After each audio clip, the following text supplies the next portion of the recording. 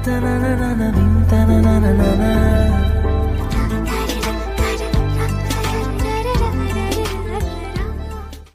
আপনার এই নম্বরে আমার 20 টাকা চলে গেছে। প্লিজ প্লিজ, আমার এখনই খুবই দরকার, যদি দিয়ে দিতেন। কাব্য নিজের ফোনটা হাতে তুলে নিয়ে অনেকটা অবাক হয়ে গেল। তার ফোনে এই মেসেজটা দেখে একটা অপরিচিত নাম্বার থেকে এই মেসেজটা এসেছে, সাথে এত মিসড কল। অবশ্য 1 ঘন্টা আগে মেসেজের কল এসেছিল, তখন কাব্য বোর্ড মিটিং এ ছিল। কাব্য মনে মনে হাসলো, এমন কেউ করে 20 টাকার জন্য? নিশ্চয়ই কোনো বাচ্চা হবে। কাব্য অপরিচিত নাম্বারটাও ফোন দিল। রিং হওয়ার সাথে সাথে ফোনটা কেউ রিসিভ করলো, জানি কেউ অধীর আগ্রহ নিয়ে বসেছিল এই ফোনের অপেক্ষায়। কাব্য হ্যালো বলার আগেই অপর পাশ থেকে একটি মেয়েলি কণ্ঠ ভেসে আসলো। তার কণ্ঠের সুরটা এত শ্রুতি মধুর যে কেউই তার কথা শুনে না দেখে প্রেমে পড়ে যাবে। মেয়েটি অনেকক্ষণ থেকে হ্যালো হ্যালো করে যাচ্ছে, কিন্তু কাব্যর কোনো রেসপন্স পাচ্ছে না। এই প্রথম কোনো মেয়ের কিছু একটা তার ভালো লাগলো। জি বলুন। আসলে ভাইয়া, আপনার ফোনে না আমার 20 টাকা চলে গেছে। আমার এখনই খুবই দরকার টাকাটা, যদি ফেরত বলতে লোড দিয়ে দিতেন। জি, 20 টাকা লোড দেওয়া আমার কাছে কোনো বড় কথা না, কিন্তু আপনি মাত্র 20 টাকার জন্য একটা অজানা নাম্বারে মিস কল দিয়েছেন এতবার। মাত্র? আপনার কাছে মাত্র হয়েছে? আপনি জানেন 20 টাকা দিয়ে কি কি হয়? না, জানি না, কি কি হয় বলুন তো। ফেসবুক এমবির প্যাক কিনা যায়, আর 25 মিনিটও তো কেনা যায়। ও আচ্ছা আচ্ছা, আপনার 20 টাকা এত জরুরি? এই কিছুক্ষণ আগে না বললে আমার কাছে 20 টাকা দেওয়া কোনো ব্যাপার না, আর এখন অন্য কথা বলছেন? ও বুঝেছি। কি বুঝলেন? আপনি ওই টাইপের ছেলে। কোন টাইপের? আপনি আসলে একটা ছ্যাঁচড়া ছেলে। কি? আপনি আমায় কি বললেন? শুনেননি? আমি আপনাকে ছ্যাঁচড়া বলেছি, ছ্যাঁচড়া। এই মেয়ে, আপনি বাড়াবাড়ি করছেন এবার। আই ছেলে, আপনি বাড়াবাড়ি দেখলেন কি? আমি যদি আমার 20 টাকা না পাই? কি করবেন আপনি? কেস করবেন? হাইকোর্টে আপিল করবেন? করবেন কি? এত কিছু কখন করতে চাইলাম শুনি? তো কি করবেন? আমি যদি আমার 20 টাকা না পাই তো? কি তো করছেন? যান, আমি আপনার 20 টাকা দেব না। কি করবেন করুন। আমি আপনাকে অভিশাপ দেব। হোয়াট? কি দিবেন? আরে মশাই, অভিশাপ দেব। ওহো, আমি তো ভয় পেয়ে গেলাম। আপনি মজা করছেন তো? আজকের পর থেকে আপনার জীবনে শান্তি খুঁজে পাবেন না। শান্তির মা আপনাকে ডিভোর্স দিয়ে চলে যাবে, আর আসবে না, মাথায় রাখবেন। কাব্য ভাবছে কি অদ্ভুত রে বাবা, কে না কে আমি অভিশাপ দিচ্ছে। কি বোকা বোকা কথা। কণ্ঠ শুনে যেমন কেউ প্রেমে পড়ে যাবে, তেমনি কথা শুনে ব্রেকআপ করে। দেখ, দিনটাই খারাপ। অফিস থেকে বাসায় ফিরতে কাব্যর বোন বলতে লাগলো, ভাইয়া, আসতে হবে। কি হবে রে? আজ পাত্রী দেখতে যাওয়ার কথা ছিল, আর তুই প্রতিবারের মতো এবারও ভুলে গেছিস। উফ, একটু মনে ছিল না। মা কোথায়? নিজের ঘরে সেজে গুজে বসে আছে। যা না, যা। এই চুপ কর তুই। আগে তোর বিয়ের ব্যবস্থা করতে হবে, বুঝলি? এইসব বলে লাভ নেই, আগে তোর গলায় পড়বে ফাঁসির ফান্দা। নেহা, তোকে আমি। কাব্যর রাগ দেখে নেহা দৌড়ে পালালো। কাব্য নিজের রুমে গিয়ে ফ্রেশ হয়ে তার মা সালেহা বেগমের রুমে গেল। সালেহা বেগম মাথায় হাত দিয়ে ইজি চেয়ারে বসে আছে। সালেহা বেগমকে এমন দেখে কাব্য ভাবছে, হইছে, কাব্য আজ তোর 12টা বাজবেই। মা, আসবো? সালেহা বেগম কাব্যর কথা শুনে চুপ করে আছে। কাব্য আস্তে আস্তে এসে মায়ের কাছে বসলো, তার হাত ধরে বলল, মা, তুমি জানো তো আমি কোম্পানির এমডি, আমায় কতটা কাজ করতে হয়। সবকিছুই মাঝে মনে ছিল না, তুমি রাগ করো না। কাকু, আমার কথা তুই শুনবি। আমি কি তোমার কথা শুনি না মা? আজ যে মেয়েটাকে দেখতে যাব, তুই তাকে আমার ঘরের বউ করে নিয়ে আসবি? আমি তো দেখিনি না দেখে। থাম, এর মানে আমার মতামতের কোনো গুরুত্ব নেই তোর কাছে? হ্যাঁ, আমি ভুলে গিয়েছিলাম, চৌধুরী গ্রুপের এমডি তুই অনেক বড় হয়ে গেছিস, তাই এখন আর তোর মা কথার গুরুত্ব তোর কাছে থাকবেই বা কেন? মা, এমন না। ঠিক আছে মা, তুমি যদি বলো আমায় ওই মেয়েটাকে বিয়ে করব, তো ঠিক আছে। ওই মেয়ে হবে কাব্য চৌধুরীর বউ, এই চৌধুরী বাড়ির পুত্রবধূ। সত্যি বলছিস তো? হ্যাঁ, এটা তোমার ছেলের ওয়াদা। সালে বেগম অনেক খুশি, তার ছেলে তাকে এত বড় একটা কথা দিয়েছে। কাব্যর মা মিস সালেহা বেগম কাব্যকে বারবার করে বলছে, এই নে, এটা মেন নাম্বার। এই যুগের ছেলে মেয়ে তোরা একটু বিয়ের আগে কথাবার্তা বলে নিবি, তাই ভালো। মা, যাচ্ছি তো দেখতে, তাতে হবে? আরে দেখা দেখি তো ফ্যামিলির মধ্যে হবে, তারপর ও তো একটা আলাদাভাবে দেখার দরকার আছে না? না মা, আলাদাভাবে কি দেখা যাচ্ছে? সালেহা বেগম কথা বলে যাচ্ছে আর কাব্য ড্রাইভ করছে, আর তার মা সাথে কথা বলছে। আমি বুঝেছি, তোকে বিয়ে করতে হবে না। আমার পছন্দ করা মেয়েকে তুই গাড়ি ঘোড়া। আবার কি হলো মা? তুই যেভাবে বলছিস তাতে মনে হয় আমি তোর উপর সব চাপিয়ে দিচ্ছি। আমি খারাপ না হতে চাই না। তুমি খারাপ মা, সেটা কি আমি বলেছি? আচ্ছা, ফোন নাম্বারটা নিয়ে ঝামেলা তাই তো? নেহা, মার ফোন থেকে নাম্বারটা আমার ফোনে দে তো। নেহা কাব্যর ফোনে নাম্বারটা মেসেজ করে দিয়ে দিল। সালেহা বেগমের দেওয়া সময় থেকে একটু লেটে এসে তারা পৌঁছালো। পাত্রীর বাবা নিত্যন্ত শান্ত প্রকৃতির মানুষ, দেখা বোঝা যায়। অনেকটা নির্জীবী প্রকৃতির, প্রয়োজন ব্যতীত কথা বলেন না। প্রয়োজনের কথা বলছেন। পাত্রীর মা অত্যন্ত সুন্দরভাষী মহিলা, অনেক গুছিয়ে সাজিয়ে কথা বলতে জানেন। যেখানে একটা কথা আমরা এমনি বলে দিব, সেই কথাটা তিনি সুন্দর গুছিয়ে বলবেন। পাত্রী এক ছোট ভাইও আছে শুনেছি, কিন্তু তার নাকি কোনো সেমিস্টারের পরীক্ষা, তাই সে এই মুহূর্তে এখানে উপস্থিত নেই। কাব্যর অনেক অসহ্য লাগছে, এতক্ষণ ধরে বসে আছে, এদের কথা বলা শেষ হচ্ছে না। এইসব কথা শুনতে কাব্যর আবার ভালো লাগে না। আচ্ছা কাব্য, তুই ছাদে যা আর মেয়ের সাথে কথাবার্তা বলে আয়। কিন্তু মা, এখানে বলতে হয়। কাব্যর কথায় সালেহা বেগম অগ্নি দৃষ্টি নিয়ে তাকালো। কাব্য কথা না বাড়িয়ে একটা পিচ্চির সাথে ছাদে চলে গেল। ছাদে আসার কাব্যর 5 মিনিট হয়েছে, তাতে তার মেজাজ গরম হতে শুরু করেছে। কি মেয়ে দেখতে এসেছে, টাইম সেন্সটুকু নেই। সে আর কি সংসার করবে? বিয়ের পর না জানি তার জীবনটা তেনা তেনা হয়ে যায়। কাব্য নিজের ফোনটা হাতে নিতেই কারো পায়ের শব্দ পেল। এর মানে মহারানী ভিক্টোরিয়া আসছেন। আসুক, তাতে আমার কি? কাব্য নেহার দেওয়া মেসেজটা দেখতে চুরির আওয়াজে ঘুরে তাকালো, আর হাতে টাচ লেগে নাম্বারটা কল চলে গেল। কাব্য অবাক হয়ে গেল। তখনই যে মেয়েটা তার সামনে দাঁড়িয়ে আছে, তার ফোনটা টিং টং শব্দ করে বেজে উঠলো। কাব্য মনে মনে অনেকটা বিরক্ত বোধ করলো। যদি এটা তার বাবার অফিসের মিটিং হতো, মেয়েটাকে ঘাট ধাক্কা দিয়ে বের করে দিত, কিন্তু অদ্ভুতভাবে সে তা করতে পারছে না। মেয়েটা একটু সরে গিয়ে ফোনটা রিসিভ করলো। কাব্য বিরক্তিকর দৃষ্টি নিয়ে তার দিক থেকে চোখ সরিয়ে নিয়ে নজর দিলে তার ফোনে আর সপ্তম আশ্চর্যের মতো হাঁ করে তাকিয়ে দেখছে। একবার ফোনের দিকে, আরেকবার মেয়েটার দিকে। মেয়েটা যে হ্যালো হ্যালো করে যাচ্ছে, অদ্ভুত ভাবে তা ফোনের বাহির থেকে শোনা যাচ্ছে। ভাগ্যকে তো ধন্যবাদ দেওয়া উচিত, এই মেয়েটাকে সামনে পেয়েছি। এবার দেখাচ্ছি মজা। কাব্য ফোনটা হাতে নিয়ে মেয়েটির ঠিক পেছন গিয়ে দাঁড়ালো। আর এই যে miss, hello hello hello hello করছি, শুনতে পাচ্ছেন না? কানে কি তুলা গুজে আছে? আমার কান পরিষ্কার আছে। মনে হচ্ছে কানের সমস্যাটা আপনার। আমার কানে সমস্যা? আপনি যদি ডাক্তার দেখান ঠিক বলে দিবে আপনি কত বড় ঠসা। ও আচ্ছা আচ্ছা, তারপর? তারপর কি? কি তারপর? আপনি আমার 20 টাকা দিবেন কিনা বলুন। একটু পিছনে ঘুরুন না। কেন, পিছনে ঘুরলেই কি আমি আমার 20 টাকা পেয়ে যাব? আচ্ছা মেয়ে তো আপনি, 20 টাকার জন্য যদি বলি ছাদ থেকে নিচে লাফিয়ে পড়ুন, তাই করবেন বুঝি? আমি কখন বললাম তাই করব? এক মিনিট এক মিনিট, আপনার কথা না অনেক কাছ থেকে শোনা যাচ্ছে মনে হচ্ছে। কি মনে হচ্ছে বলুন বলুন। মনে হচ্ছে আপনি আমার খুব কাছে। হ্যাঁ, পিছে দাঁড়িয়ে কথা বলছেন। ও ও, কি? ও ও, এত যখন মনে হচ্ছে একটু পিছনেই ঘুরুন না। মেঘা ঘুরতে অবাক হয়ে গেল, কারণ কিছুক্ষণ আগে যে ছেলেটা তাকে দেখতে এসেছিল, সেই ছেলেটা ফোনটা হাতে নিয়ে তার পিছে দাঁড়িয়েছিল। আর এই ছেলেটা সেই ছেলে। এতক্ষণ পাগলের মতো বকবক করে যাচ্ছিল মেঘা, পিছে যে কেউ আছে তা খেয়াল করেনি। ওর মন যে কই যায় তা মাঝে মধ্যে ভেবে কুল কিনারা খুঁজে পায় না। হায় রে কপাল, মেঘা যে ছেলেটা ওকে দেখতে আসছে, তার নাম্বারে 20 টাকা যেতেই হলো। আর অন্য কোনো নাম্বার কি দুনিয়ায় ছিল না? কি হতো ফোন নাম্বারটা কোনো মেয়ের হলে? এখন এই হাবলাকান্তকে আমি কি বলি? মনে মনে ভাবছে মেঘা। দুজনের মাঝে ক্ষণিকের নীরবতা। এবার মেঘা কাব্যর দিকে একটু চোখ দিল। কাব্য কালো রঙের শার্ট সাথে ব্লু জিন্স পরেছে, হাতে একটা ব্র্যান্ডের ঘড়ি আছে। গায়ের রং ধবধবে দুধের মতো হওয়া কালো রং বেশ মানিয়েছে। তার স্ট্রেট চুলগুলো হালকা বাতাসে উঠছে, বড্ড সিল্কি চুল মনে হচ্ছে।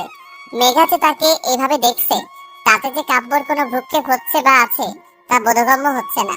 সে নিজের মতো পকেটে হাত দিয়ে দাঁড়িয়ে আছে। কাব্য কিছুই বলছে না, তাই মেঘা নিজের নখগুলো দাঁত দিয়ে কামড়াচ্ছিল।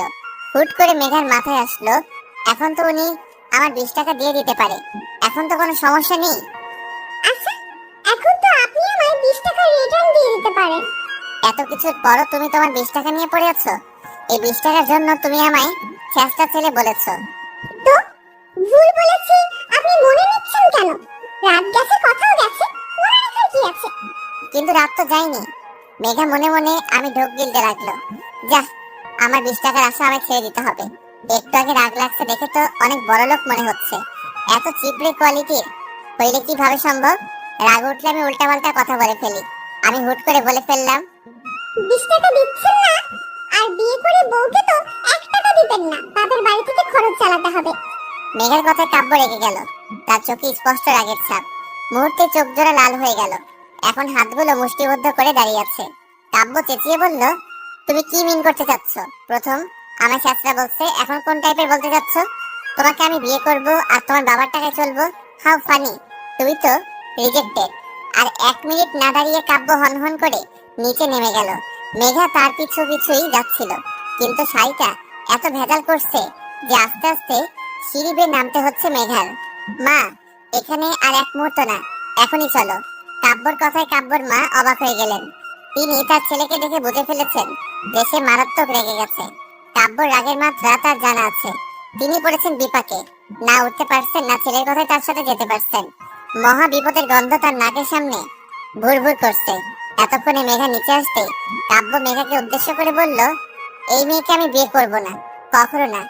এই যে আন্টি, আপনি অনেক সুন্দর আর সুইট করে কথা বলতে পারেন, কিন্তু আপনার মেয়ে একটা অত্যন্ত অভদ্র অসভ্য মেয়ে।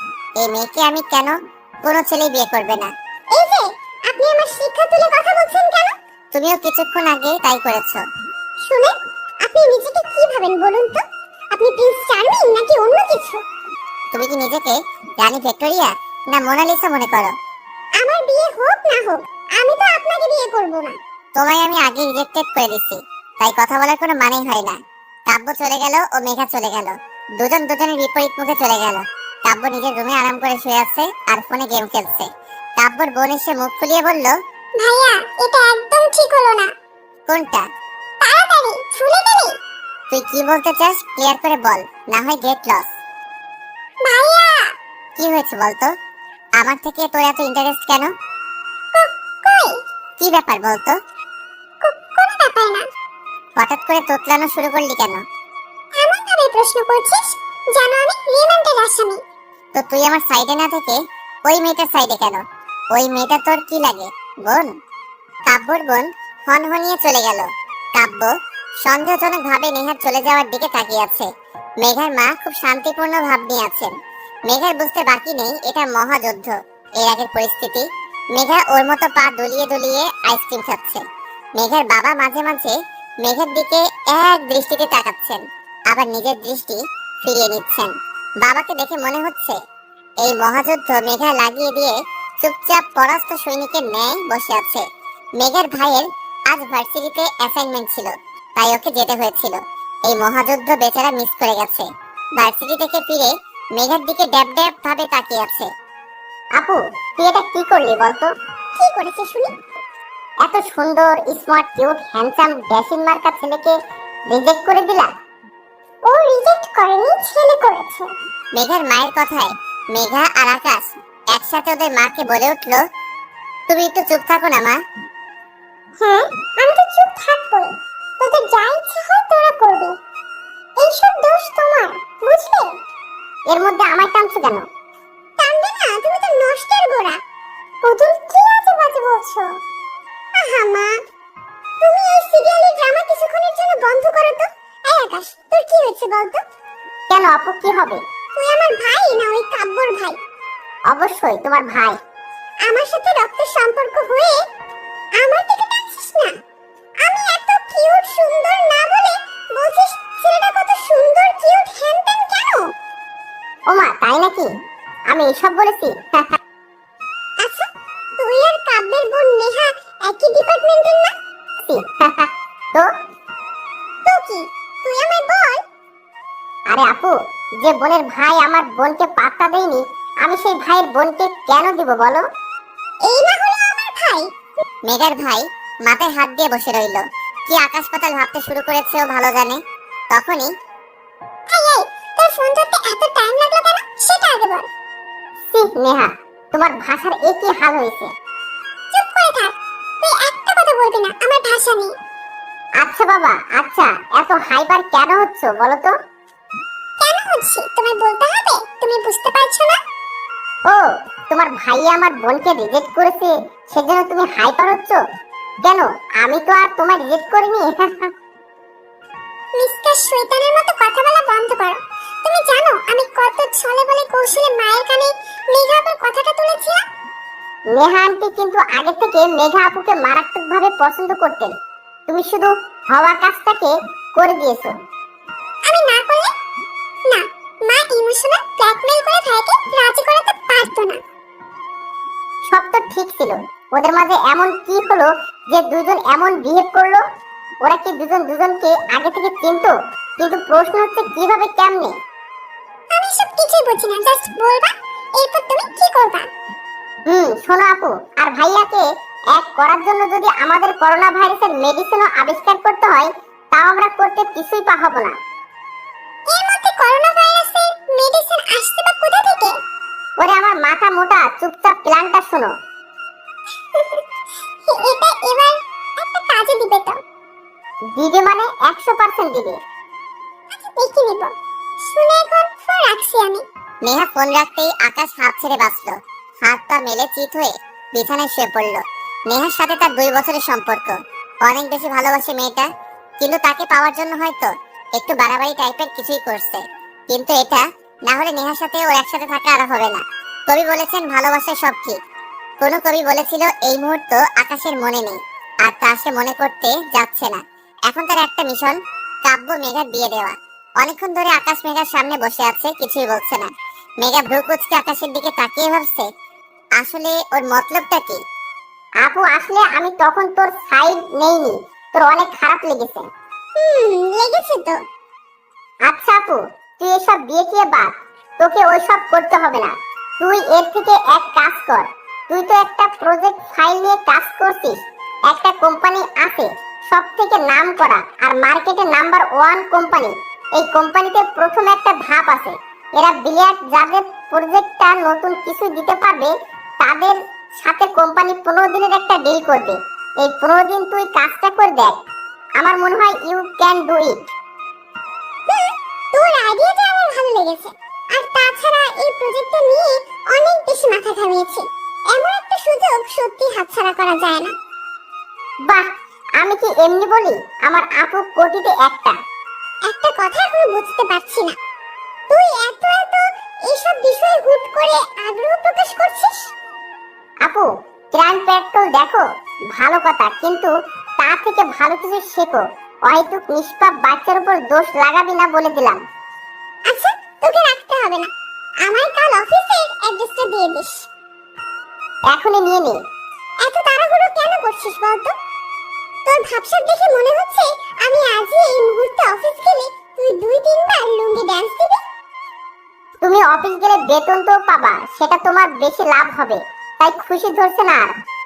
বাহ ভাই, তুই তো দেখি শুধু ভবিষ্যৎ না ভবিষ্যতের ভবিষ্যৎ ভেবে রেখেছিস। আচ্ছা যাও, তুমি আমায় সন্দেহ করছো, জানি আমি তোমায় কোনো না বিপদে ফেলবো। আচ্ছা আচ্ছা, আর মুখ ফুলাতে হবে না, আমি কাল কখন যাব সেটা বল। সকাল 10টার আগে গেলেই হবে। আচ্ছা ঠিক আছে, এখন তুই ফোট এখান থেকে। আপু, উপকারী উপকার তো স্বীকার কর। তুই যাবি কিনা? আকাশ উঠে চলে গেল, তার মুখে বিজয়ের হাসি। এবার শুধু সব ঠিকঠাক ভাবে হলেই বাঁচা যায়। আকাশ তার মাথায় যে কি চলছে তা মেঘা কিছুতেই বুঝতে পারছে না।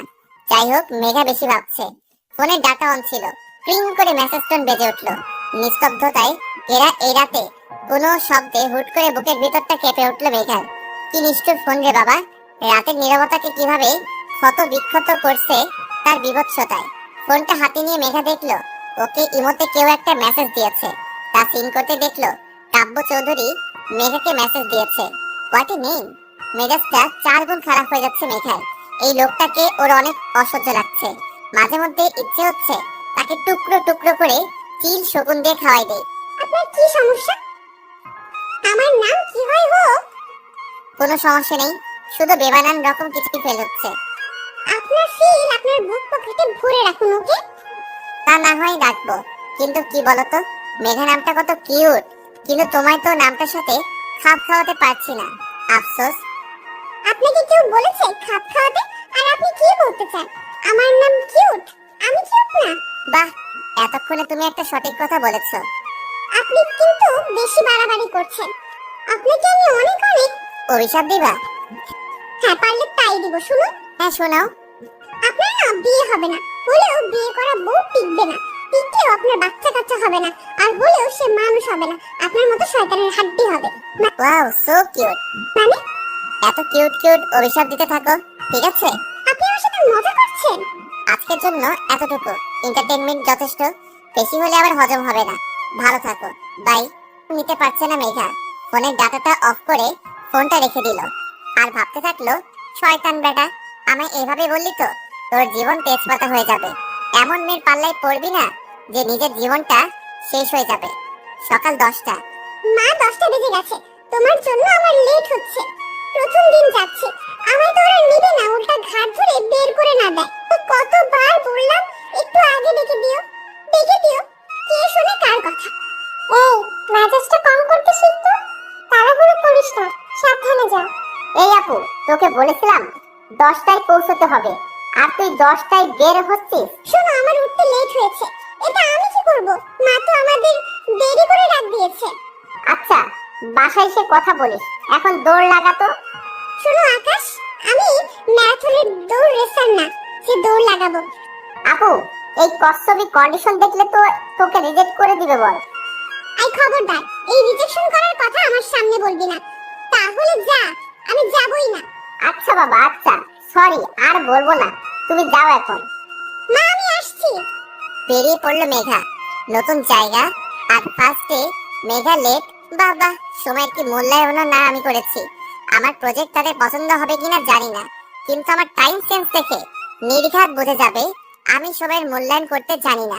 আমার ট্যালেন্ট কম না তা দেখাতে কিছুতেই পিছুই হটবো না। এসব ভাবছে মেঘা। অফিস পৌঁছাতে পৌঁছাতে মেঘলার আরো 25 মিনিট লেগে গেল। অফিসের ওয়েটিং রুমে বসে হাত ঘড়ির দিকে তাকাতেই দেখে 10টা 30 বেজে গেছে প্রায়। মেঘা কোনো জায়গায় চুপচাপ বসে থাকতে পারে না। অফিসের পিয়নটা সে কখন বসিয়ে রেখে চলে গেছে। আশেপাশে কাউকে পেলে সীমিত আকারে একটা আড্ডা দেওয়া যেত, তাতে মন্দ কিছুই হতো না। বিরক্তি নিয়ে উঠে দাঁড়ালো মেঘা। আশেপাশে কোনো মানুষ নামে প্রাণী দেখতে পাচ্ছে না। অফিসটা ঘুরে দেখলে মন্দ হবে না। মেঘার ভাবা মানে কাজ করা। অফিসটা বেশ বড়, ওয়েটিং রুমটা তুলনামূলকভাবে ছোট হলেও বাহিরের কাজের ডেস্কগুলো বেশ জায়গা নিয়ে বানানো হয়েছে। একটু জিনিসের দিকে চোখ যেতেই মনটা উৎফুল্লতায় নেচে উঠলো মেঘার। ওর ঠিক বাঁ পাশে একটা অ্যাকোরিয়াম। মেঘা অ্যাকোরিয়ামটার পাশে গিয়ে দাঁড়ালো। মাছের বাচ্চা কাচ্চাগুলো কি সুন্দর এই সচ্ছল পানির মধ্যে ঘুরে বেড়াচ্ছে। এই মাছগুলো এমন ছোট ছোট প্রজাতির, তাহলে এদের বাচ্চা কি এদের মতো ছোট ছোট হয়? ভাবলেশীন ভাবনায় ডুবে গেল মেঘা। হুট করে পিছু ঘুরতে কারোর সাথে ধাক্কা খেলো। মনে হলো কোনো খাম্বার সাথে বড়সড় ধাক্কা খেয়েছে। মেঘা তাল সামলাতে না পেরে পড়ে যেতে লাগলে কেউ একজন মেঘার কোমর ধরে নিজের বুকের মাঝে নিয়ে ফেললো।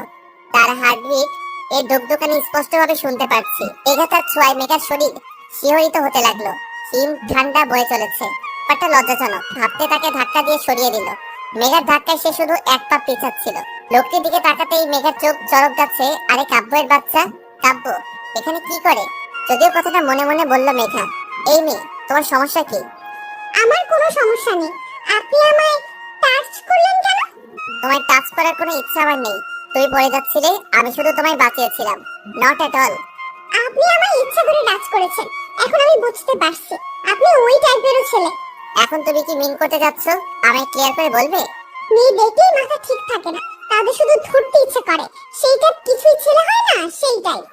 মুহূর্তেই কাব্য রক্তিম লাল হয়ে উঠল মুখ। রাগের ডার্ক গোলাপি ঠোঁটগুলো কাঁপছে। চিল্লাই বলল, তোমার সাহস কি করে হলো আমায় এসব বলতে? তুমি নিজেকে কিভাবে আয়নায় নিজেকে দেখেছো? তোমার থেকে 2 গুণ ফর্সা আমি, আর আমি অপমান করতে আসছো? এই টাইপ ওই টাইপ, আমার তো মনে হয় তুমি নিজে ওই টাইপ ছেলেদের উপর ঢলে ঢলে পড়ছো। এবার মেঘার মেজাজ 10 গুণ খারাপ হয়ে গেল। কি বলে এই বেটা? আমার রং নিয়ে অপমান? ভেড়াটার দিকে এক নজর তাকিয়ে দেখলাম সাদা শার্ট পরেছে, সাথে ব্ল্যাক জিন্স, গলায় টাইটা বেশি মানিয়েছে, সাথের হাতাটা ফোল্ড করে রাখা, হাতের ব্যান্ডের ঘড়ি। এই ছেলেকে দেখে মনে হয় এই সাধারণ ইমপ্রলাই হবে। আর ছেলেদের দিকে আর চোখে তাকালাম, তারা এই সেম পোশাকে আছে। এবার আমার মাথায় শয়তানি আইডিয়াগুলো এসে ভিড় জমালো। আমি ভেবে নিলাম এই কাব্য নামের সাদা ভেড়াটার কি হলো, তাই না আমি করবো এবার। এই মেয়ে, তুমি কি ভাবছো? আর তুমি এখানে কি করছো? আমায় ফলো করছো তুমি? আপনি একটু সিম্পল এমপ্লয়ির মতো থাকুন, বেশি কথা বলতে আসবেন না। আমি সাধারণ এমপ্লয়ি, মানে তুমি? দেখুন, এই কোম্পানির বস মিস্টার আয়ান মাহমুদের একমাত্র হবু বউ আমি, মেঘা রহমান। আপনার বস যদি জানে না আপনি তার জান পাখির সাথে এমন টাচমি টাচমি করেছেন, আপনার অবস্থা নাজেহাল করে ছাড়বে। তুমি আয়ান মাহমুদকে চিনো? আর কাল তো তোমায় আমি দেখতে এসেছিলাম। একদিনের মধ্যে কিভাবে কি হলো? আপনাকে এত মাথা ঘামাতে কে বলেছে বলুন তো? জানার কিউরিওসিটি হচ্ছে। উফ, মহা মুশকিল তো। শুনুন, আমার আর আয়নের 4 বছরের প্রেমময় সম্পর্ক। 4 বছর? কিন্তু আয়ান মাহমুদ তো 4 বছর বিদেশে ছিলেন তোমার সাথে, কেমনি কি? এত প্রশ্ন করছেন কেন? যদি শুনতে না চান তো চুপ করে থাকুন, অত প্রশ্ন করে আমায় জ্বালাবেন না। ওকে ওকে, শুধু এটা বলো, এত বড় কোম্পানির এমডি হয়েও তোমার বিয়ে কেন করছে না আমার সাথে? কেন তোমার ফ্যামিলি দিতে রাজি না? যা, মহা ঝামেলাপূর্ণ প্রশ্ন করে বসেছে। এর উত্তর একটা টাইট সাইড কিছু দিতে হবে, না হয় বিনা কারণে ফেসে যাবে। আর অহেতুক নিজেকে আয়ন মাহমুদের হবু বউ বলাই জেলে যেতে পারি। এই ছোট বয়সে জেলে যাওয়া যাবে না, কি বলি ভাবছি রেখা। আসলে সমস্যাটা কি হচ্ছে আয়ানের? কি আয়ানের? আয়ান মাল খায়। কি? সরি, মানে আয়ান ড্রিঙ্ক করে। সরি, এটা বাবার খুব অপছন্দনীয় বিষয়। আসলে বড়লোক বাবার একমাত্র ছেলে একটু একটু তো খাবে, এটা অপছন্দের কি আছে? আমার তো ড্রিঙ্কস করা ছেলে স্বামী হিসেবে বেশ পছন্দ। কাব্যর চোখের দিকে তাকাতেই মেঘা চুপ হয়ে গেল। তার চোখে মুখে স্পষ্ট রাগের ছাপ। সে রাগে ফুসফুস করছে, তা ভালো বোঝা যাচ্ছে। মেঘা তো আয়নের কথা বলছে, তাহলে কাব্য কেন রাগে জ্বলছে? ও বুঝেছি, জেলাস ফিল করছে। How cheap. কাব্য দেখে এবার ভয় পাওয়াটা স্বাভাবিক। রাগে চোখটি লাল হয়ে উঠেছে, তার গোলাপি ঠোঁটগুলো কামড়ে ধরে আছে। একপাশে হাতের ফোলটা অগোছালো হয়ে উঠেছে। সেদিকে ভ্রুক্ষেপ না দিয়ে কাব্য 1 পা 2 পা করে মেঘার দিকে এগিয়ে যেতে লাগলো। অদ্ভুত ভাবে মেঘার ভয় লাগছে। কাব্যকে সে ভয়ে কুকিয়ে আছে। কাব্য এগিয়ে আসছে, আর মেঘা মাথা নিচু করে পিছিয়ে যাচ্ছে। মেঘার পিঠ থেকে গেল দেয়ালে। এই পাশ ওই পাশ তাকাতে কাব্য ঠিক ওর সামনে এসে দাঁড়ালো। কাব্য এক হাত পকেটে রেখে অন্য হাত দেয়ালে রেখে বাঁকা হয়ে মেঘার দিকে ঝুঁকে দাঁড়ালো। অনেক কাছে থাকা সত্ত্বেও কাব্য মেঘাকে টাচ করেনি, আর তার খুব কাছে শুধু দাঁড়িয়ে আছে। মেঘার ভয় যায় যায় অবস্থা। দৌড়ে পালানোর সুযোগ পেলে হয়তো ম্যারাথন রেসারকেও হার মানাবে। মিস মেঘা, জি। তুমি কি বলছিলে জানো? কই কি বলেছি? কিছুই বলিনি তো। কিছুই বলেনি মেঘা? কাব্যর মেঘার ফেসটা দেখতে অনেক ভালো লাগছে। ভয়ের ছাপ স্পষ্ট। ভয়ে বাচ্চাদের মতো চোখ বন্ধ করে আছে। কাব্য মেঘার থেকে সরে এসে বলল, তুমি কি বললা মেঘি? আমি কই? তুমি কি বললা মেঘা? তুমি আয়ন মাহমুদের হবু বউ? মেঘা নিশ্চুপ। সবসময় ফাজলামো করলে যে হয় না তা এখন হারে হারে বুঝতে পারছে সে। এই লাল রাক্ষস আমার সাথে এখনই কি করবে কে জানে। এইসব ভাবছে মেঘা কাব্যর পাশে একটা ছোটখাটো ড্রেস পরা মেয়ে এসে দাঁড়ালো। অফিসের এমপ্লয়ি। মেঘার মেয়েটাকে দেখে মনে হচ্ছে বড্ড অভাব অনটনের ফলে জামার বাকি অংশ বিক্রি করে দিয়েছে। আহারে বেচারি। কি হয়েছে কাব্য বেবি? এই মেয়েটাকে? ও তিশা, মিট। উনি নাকি আয়ন মাহমুদের হবু বউ। ও মাই গড, সিরিয়াসলি? ওদের হাসাহাসি দেখে মেঘার ইচ্ছে করছে মাটি ফাঁক করে তার মধ্যে ঢুকে যায়। কি দরকার ছিল এমন একটা মিথ্যা বলার? এখন কতটা অপ্রস্তুত ফিল হচ্ছে। মেয়েটি হুট করে মেঘার গাল টিপে ধরলো। এত জোরে ধরলো জানি গালের হাড়গুলো ভেঙে ফেলা তার প্রধান কাজ। এমি, তোমার খুব শখ না আয়ান মাহমুদের বউ হওয়ার? তোমাকে খাওয়াইতেছি। মেয়েটা মেঘাকে ছেড়ে দিয়ে ডাকতে লাগলো। এই রিয়া, রাহেল, দীপ, রায়হান, আদিত্য, তোরা কোথায়? এদিকে আয়। মেয়েটার ডাকে সবাই এখানে জড়ো হয়ে গেল। মেঘা এখনো বুঝতে পারছে না এই আয়ন মাহমুদটাকে। রোগা হ্যাংলা পাতলা একটা ছেলে বলে উঠলো, আরে রায়হান, দেখে এই মেয়েটা নাকি আয়ান মাহমুদের বউ। কিছুক্ষণ আগে তো শুধু 2 জন হাসছিল, এখন এরা সবাই মিলে হাসছে। কাব্য পকেটে হাত দিয়ে মেঘাকে বলল, ইউ ফুল, তুমি আদৌ জানো আয়ন মাহমুদকে? মেঘাকে সত্যি জানে না আয়ন মাহমুদকে, তাই হা করে তাকিয়ে থাকা ছাড়া আর কোনো কাজ ওর চোখে পড়ছে না। আমি আয়ন মাহমুদ কাব্য চৌধুরী। আল্লাহ বাঁচালে বেরি চান। এ কি, এর নাম তো কাব্য চৌধুরী, তাহলে রেলগাড়ির মতো এত লম্বা নামটা কই থেকে আসলো? এখন মেঘার কান্না করতে ইচ্ছে হচ্ছে, তাও দেশে কান্না না, মরা কান্না করতে ইচ্ছে হচ্ছে। ফ্লোরে বসে হাত পা ছড়িয়ে কান্না করতে ইচ্ছে করছে। বিড়বিড় করে বলতে লাগলো, তোমার মতো মেয়েরা কেমন হয় জানো মেঘা? প্রথমে বড়লোকের ছেলে দেখো, তাকে নিজের বোকার স্বভাব আর সৌন্দর্য জালে ফাঁসিয়ে ফুসলিয়ে বিয়ে করে নাও, এই তোমার কোয়ালিটি। কাব্যর কথাগুলো মেঘা চুপচাপ শুনে গেল। এমন কথা মেঘা 20 বছরে একবারও শুনেনি। কতটা নোংরা মনের মানসিকতা থাকলে এই কথাটা বলা যায় তা কল্পনা করেও খুঁজে পাচ্ছে না মেঘা। তুমি এই আয়ান মাহমুদ কাব্য চৌধুরীকে এই টাইপ সেই টাইপ বলছো।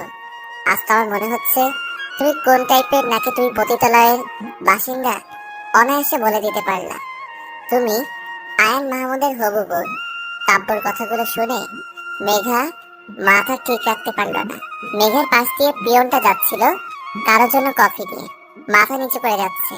তাকে দেখে মনে হয় বৃদ্ধা অভাবের তাড়নায় কাজটা করছে। এই নোংরা কথাগুলো শুনতে হয়তো তারও ভালো লাগছে না। মেঘা কিছুই না ভেবে কফির মগটা তুলে সামনের দিকে ছুঁড়ে মারল। কফির মগটা টাইলস করা মেঝেতে পড়ে ঝনঝন শব্দে ভেঙে গেল। মুহূর্তেই এক বিকট শব্দে মেঘা সামনের দিকে তাকাতেই দেখলো কাব্য নিজের হাতে তাকে ফোনটা এক আছাড়ে ছিন্ন বিচ্ছিন্ন করে ফেললো। বিষণ্ণিত হয়ে গেল, কারণ মেঘা কফিটা তাহলে কাব্যর মুখে ছুঁড়ে মেরেছে। তাই রাগে তিনি তার ফোনটা ভেঙে ফেললেন। মুহূর্তে কাব্য রিয়া নামের মেয়ে হাতে থাকা জুসের বোতলটি এক প্রকার ছিনিয়ে নিয়ে মেঘার সামনে এসে দাঁড়ালো। পুরো জুসের বোতলটা মেঘার মাথায় ঢেলে দিল। তাতেও বোধহয় তার শান্তি হলো না। মেঘার চুলের ঝুঁটি শক্ত করে ধরে ফেলল। মেঘা ব্যথায় কুকিয়ে উঠল। অনেক কষ্টে চোখের পানি ধরে রেখেছে মেঘা। কেউ একজন বলেছে চোখের পানি দুর্বলতার চিহ্ন, আর মেঘা তা কিছুতেই হতে দিতে পারে না। দাঁতের দাঁত চেপে কাব্য বলতে লাগলো, তোমার এত সাহস, আমার উপর কফি ছুঁড়ে মারো? তোমার কি হাল করি আমি জাস্ট দেখো তুমি। কাব্য মুষ্টিবদ্ধ করে ধরেছিল মেঘার চুলগুলো, আর এক হাত দিয়ে মেঘার কাঁধের হাড়গুলো ভাঙার জন্য শক্ত করে ধরে কথাগুলো বলছিল। মেঘার পারল না নিজের চোখে গঙ্গা যমুনাকে আটকাতে। বড় বড় 2 ফোঁটা মেঘার গাল বয়ে পড়ছে। কাব্য মেঘার চোখের দিকে তাকাতেই মেঘাকে ছেড়ে দিল। মেঘার থেকে একটু দূরে গিয়ে রাহেল বলে চিৎকার করলো। মুহূর্তের মধ্যে একটি ছেলে তার সামনে এসে দাঁড়ালো। কি বলো? এই মেয়েটি এখানে কি করছে? কাব্য, তুই আগে একটু শান্ত হ। আমি ঠিক আছি, তুই বল জাস্ট কেন এসেছে ও? কাব্য চিল্লাই বলল কথাটা। আমাদের কোম্পানিতে প্রজেক্টের উপর এমপ্লয়ি নেওয়া হয়েছে শুধু বেস্টটা খোঁজার জন্য। উনি এসেছেন মানে নিজের প্রজেক্টটা জমা দিতে। ফেরত দিয়ে দে। এমন একটা মেয়েকে কোনোভাবে আমি আমার কোম্পানিতে নিব না। কিন্তু কাব্য, কি কিন্তু? ফাইলটা অলরেডি মিস্টার জনের কাছে চলে গেছে। ও শিট, এসব কাজ করার আগে আমায় একবার জিজ্ঞেস করতে পারলি না? কোনোবার তো এমন হয়নি, এই প্রথমবার এমন হচ্ছে। কাব্য কোমরে হাত দিয়ে দাঁড়িয়ে আছে, কি করবে ভেবে পাচ্ছে না। কিন্তু এই মেয়েকে এখানে এক মুহূর্ত সহ্য করবেন না। কাব্য মেঘার হাত ধরে টেনে নিয়ে যাচ্ছে। মেঘা বলছে, স্যার, আমার ফাইলটা আমাকে ফেরত দিয়ে দিন, তারপর আমি নিজে চলে যাব। মেঘার কথায় কাব্যর কোনো ভ্রুক্ষেপ নেই। এখন তার একমাত্র লক্ষ্য মেঘাকে অফিস থেকে বের করে দেওয়া। মেঘার কোনো কথা শুনতে চাচ্ছে না কাব্য। হুট করে একজনের ডাকে কাব্য থেমে গেল। পিছুই ঘুরতে কাব্য দেখলো মিস্টার জনি আর তার সেক্রেটারি দাঁড়িয়ে আছে। কাব্য মিস্টার জনিকে দেখে কিছুই বলছেন না। মেঘা মিস্টার জনির দিকে তাকালো। তিনি বাংলাদেশি নন, একজন ভিন্ন দেশি, ইংরেজি বলতে পারি। তার মাথায় একটা চুলও অবশিষ্ট নেই, মানে বাংলা ভাষায় তিনি টাকলা। মিস্টার জন কাব্যকে বলছেন, মিস্টার চৌধুরী, এখনই আমার সাথে আপনি মিটিয়ে বসিবেন। আমি আর লেট করতে চাই না। বাহ মিস্টার টাকলা। আরে ধুর, মিস্টার জনের শুদ্ধ সাধু ভাষা শুনে মেঘার আরো মজা লাগলো। হাতে তালি দিয়ে তাকে সাবাস বলতে ইচ্ছে করছে, কিন্তু এই খাটাসটা আমায় ধরে আছে, ছাড়ার নাম নেই। ইচ্ছে করছে লাথি মেরে কাত করে ফেলে দেই। কাব্যর মুখে বিরক্তির ছাপ দেখে মনে হচ্ছে তার অনেক বড় একটা কাজে বাধা পড়ায় তার ইচ্ছে হচ্ছে এই মিস্টার জনির টাকলা মাথায় তবলা বাজাতে। এসব ভাবছে মেঘা। মিস্টার জনি চেয়ারে বসে আছেন আর চিড়িয়াখানার প্রাণী দেখার মতো একবার মেঘার দিকে আর একবার কাব্যর দিকে তাকাচ্ছে। কাব্যর শার্টটা পুরো নষ্ট হয়ে গেছে কফি ফেলার কারণে, আর মেঘার মাথার উপর জুস ফেলায় তার চুলগুলো চুপসে এলোমেলো হয়ে আছে। কাব্য নিজের শার্টের হাতাটা ভাঁজ করতে ব্যস্ত, আর মেঘা নিজের চুলগুলো গোছাতে। মিস্টার জনি বলে উঠলেন। মিস্টার জনি খুবই গম্ভীর ভাবে বলতে লাগলেন, মিস্টার চৌধুরী, আমি এসব কি দেখতেছি? আপনাদের কি কোনো ইন্টারেস্ট নেই? মিস্টার জনি, আপনি ভুল ভাবছেন। অ্যাকচুয়ালি কিছু প্রবলেমের জন্য আমার একটু লেট হলো, তাছাড়া আর কিছুই না। টাকলার কথায় বা কাব্যর কথায় মেঘার ভ্রুক্ষেপ নেই। মেঘার কালো রঙের ফাইলটা শুধু ওর চোখের সামনেই ভাসছে। মেঘার ইচ্ছে হচ্ছে দৌড়ে নিয়ে পালাই, কিন্তু তা পারছে কই। এটা আমার ফাইল, আমি নিতে পারি, এই সবই ভাবছে মেঘা। মিস্টার জনি মেঘার ফাইলটা নিয়ে বলল, ইহা কি আপনার মিস? জি স্যার, আপনার নাম কি জানিতে পারি? জি আমার নাম মেঘা রহমান। আপনি এই প্রজেক্টটা পাইবার যোগ্যতা সম্পূর্ণ একজন। আপনি এই কাজটা ভালো করতে পারিবেন, কি বলেন মিস্টার চৌধুরী? না, এই মেয়েটা এই কাজটা করবে না, আমরা অন্য কাউকে রেখে দিব, অবশ্য বেটার কাউকে পাবো। স্যার, যদি আপনি আমার সাথে আপনার পার্সোনাল প্রবলেমটা ভুলে আমার ফাইলটা দেখে আমার যোগ্যতা নির্ণয় করেন তাহলে ভালো হবে। মেঘার প্রথমবার ভালো কিছু বলল বলে কাব্যর বোধ হলো। ফাইলটা নিয়ে চোখ বোলাতে লাগলো। কাব্য হতবাক, এই মেয়ে এই সুন্দর ডিসক্রিপশন দিয়ে প্রজেক্টটা বানিয়েছে। এই মেয়ের মাথায় তো বুদ্ধি নেই, এক নম্বরের ডাফার, কিন্তু ওর কাজের জন্য সত্যি এই জবটাও ডিজার্ভ করে। কাব্য চুপচাপ দাঁড়িয়ে আছে, ফাইলটা পড়ছে আর কপালে ভাঁজ হয়ে গেছে, নিচের ঠোঁটটা কামড়ে ধরে পড়ে চলেছে। কিছুক্ষণ পর কাব্য বলল, মিস মেঘা, আপনি এই কাজটার জন্য পারফেক্ট, আমাদের ফর্মালিটি গুলো দেখে সাইন করে নিন। মিস্টার জনি মেঘাকে উদ্দেশ্য করে বললেন, আপনি কি এই ভালো করে করিতে পারিবেন? জি স্যার, এটা আমার কাছে একটা ড্রিম জব। এই যে প্রজেক্টের মাধ্যমে আপনারা যে কল্পনা সিটিটা তৈরি করতে যাচ্ছেন না স্যার, অনেক মধ্যবিত্ত ফ্যামিলির স্বপ্ন কি হয় জানেন স্যার? তার সব পুঁজি দিয়ে একটা বাসা করা। আর যখন এমন মানুষ তাদের শেষ সম্বল নিয়ে ভরসার হাত খুঁজে, তাদের ভরসার হাতটুকু শুধু আমরা ধরতে পারি, এটাই আমার লক্ষ্য। আর আমার কাছে বিজনেস মানে আমি কতটুকু লাভবান হলাম শুধু তা বিবেচনা করা নয়, আমার জন্য সামনের মানুষের কতটুকু লাভ হলো তা বিবেচনা করাই আমার প্রধান আর প্রথম কাজ। মেঘা কথা বলার সময় কাব্য মুগ্ধ নয়নে তার দিকে তাকিয়েছিল। সে ভেবেছিল এই মেয়ের মাথায় গোবর ছাড়া কিছুই নেই, কিন্তু একটু একটু আইডিয়া আছে। মিস্টার জনি হ্যান্ডশেক করে চলে গেছেন, তাও 10 মিনিট হলো। মেঘা আর কাব্য দাঁড়িয়ে আছে, কিছুই বলছে না। হুট করে কাব্য বলল, রায়ান, ওনাকে বলে দাও আমাদের অফিসে কাজ করতে হলে রুলস মানতে হবে, রুলস আর রুলস। জি স্যার, মিস মেঘা স্যার বলল। হ্যাঁ, আমি কি রুলস ভাঙবো নাকি? আপনার স্যারকে বলে দিন।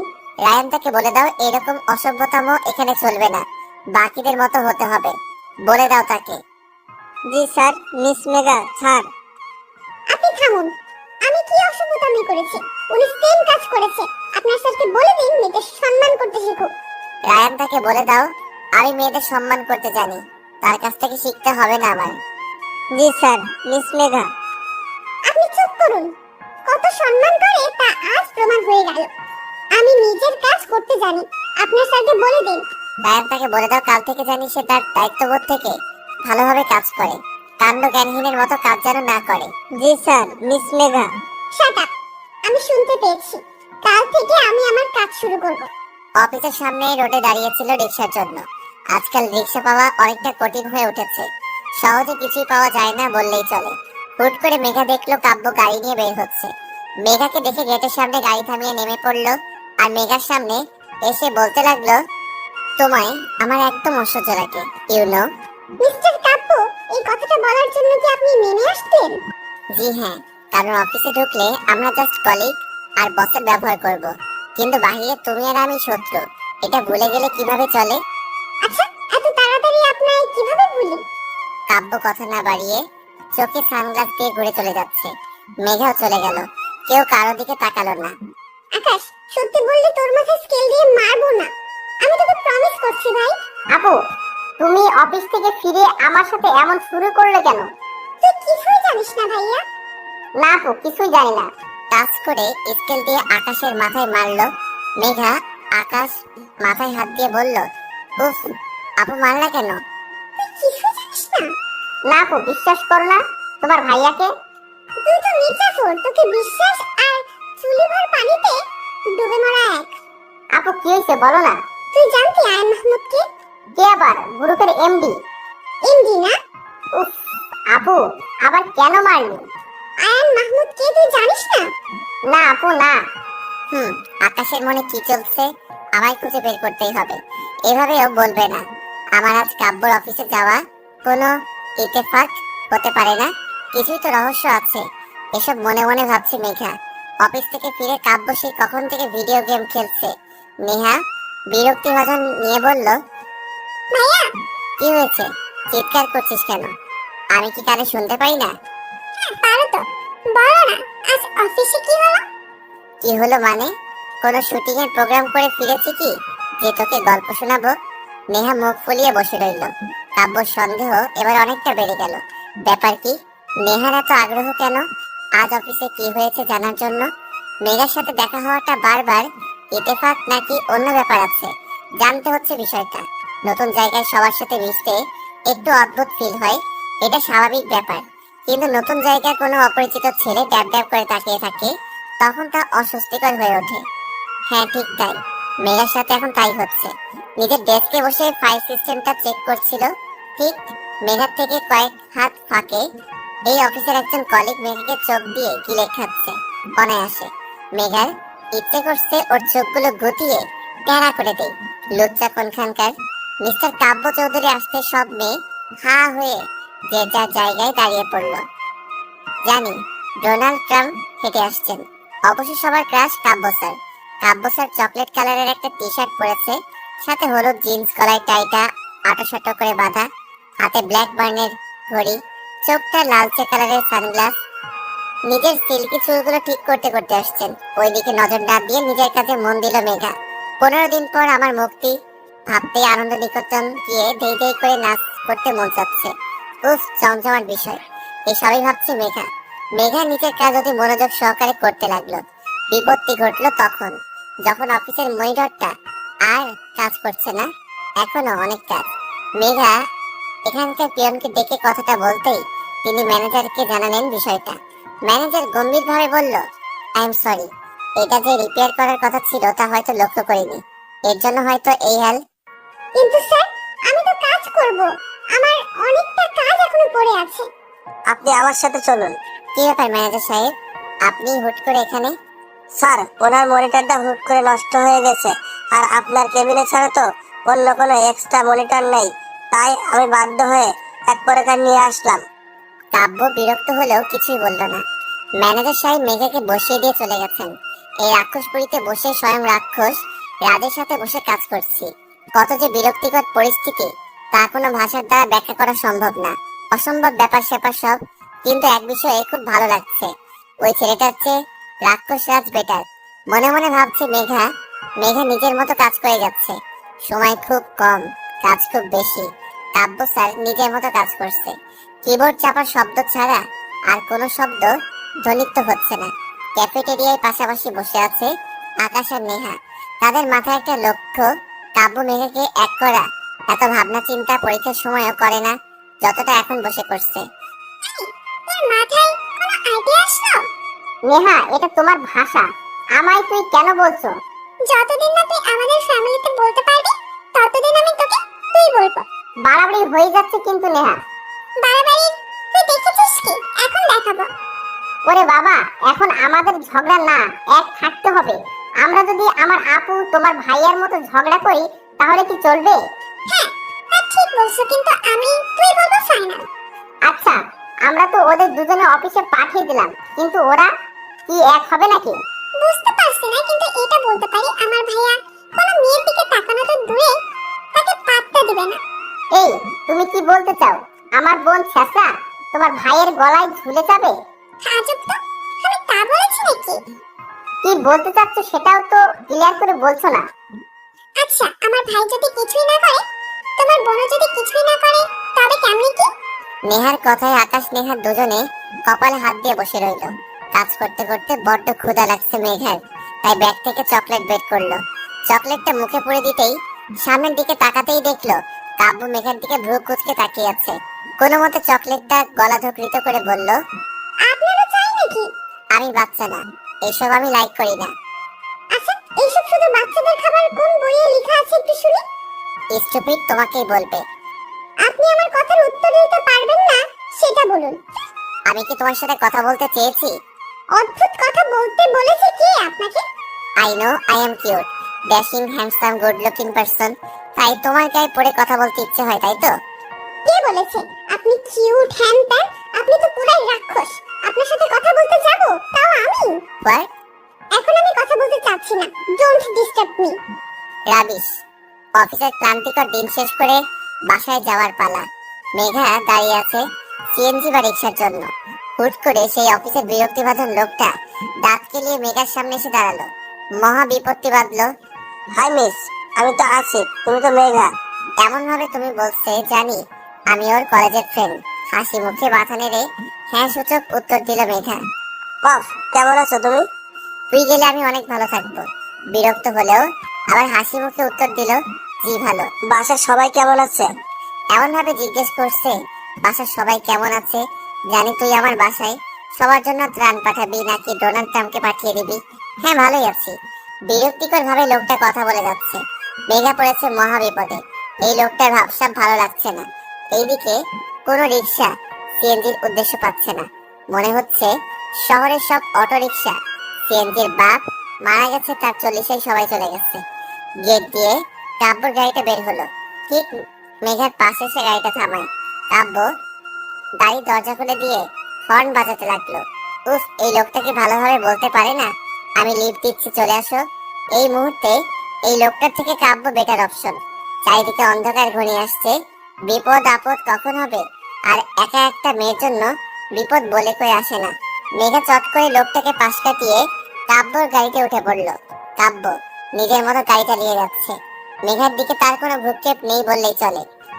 উফ, সিটে গা এড়িয়ে দিলাম।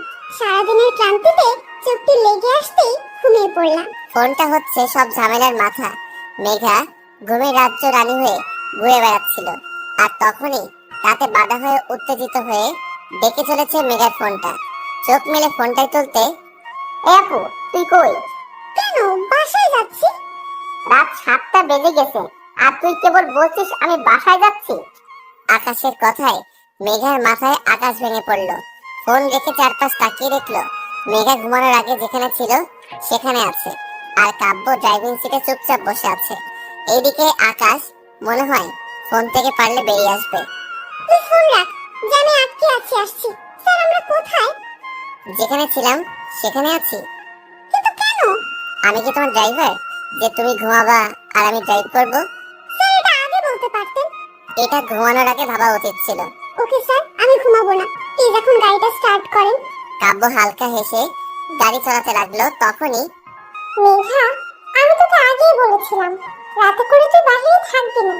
কে শুনে আমার কথা এই বাড়িতে? এই বাড়িতে চলে আমার কথা? মা আসলে মেঘাকে থামিয়ে দিয়ে মা আবার বলতে লাগলো, দেখ মেঘা, তোর কাজ করার কোনো দরকার নেই। তুই স্ট্রেস কেন নিচ্ছিস? মা আমার কিছুই হবে না। সারা জীবন কি এইভাবে বসে থাকলে চলবে আমার? মেঘা, যদি এরপর থেকে কোনোদিন তোর রাতে ফিরতে লেট হয় তো তোর কাজ বন্ধ, এটা মাথায় রাখিস। অন্যদিনের জন্য হলেও কাজটা আমায় করতে হবে মা। আমি কিছুই জানি না মেঘা। মেঘার মার ভাঙা রেকর্ড শুরু হয়ে গেছে। নন স্টপ চলতে থাকবে। এখন রাতে মেঘার বাবা আসবে, তার সামনে স্টার জলসা সিরিয়াল হবে। উফ, এর বদলে ডিনার শেষ করে ঘুমিয়ে নেই। মেঘা অফিসে মেঘার কাজের আজ 4র্থ দিন। প্রতিটা দিন মেঘাকে এখন কাব্যর কেবিনে বসে কাজ করতে হয়। কাব্যর সাথে মেঘার কাজ বিষয় ছাড়া কোনো কথা হয় না। যদি বা হয় তার শেষ পরিণতি সে কথা না বলাই হয়। মেঘার সেই দিকে বিশেষ ভ্রুক্ষেপ নেই। এই কাজটা শেষ হলে মেঘা হাঁপ ছেড়ে বাঁচে। মেঘা 1 কাপ কফি নিয়ে কাব্যর কেবিনে আসতে ধাক্কা লেগে কফিগুলো কাব্যর গায়ে পড়ে গেল। জিহ্বায় কামড় দিয়ে মেঘা বলল, সরি স্যার, সরি। এই তুমি কি চোখ আকাশে তুলে চলাফেরা করো? এখন আমি কিভাবে যাব মিটিং এ?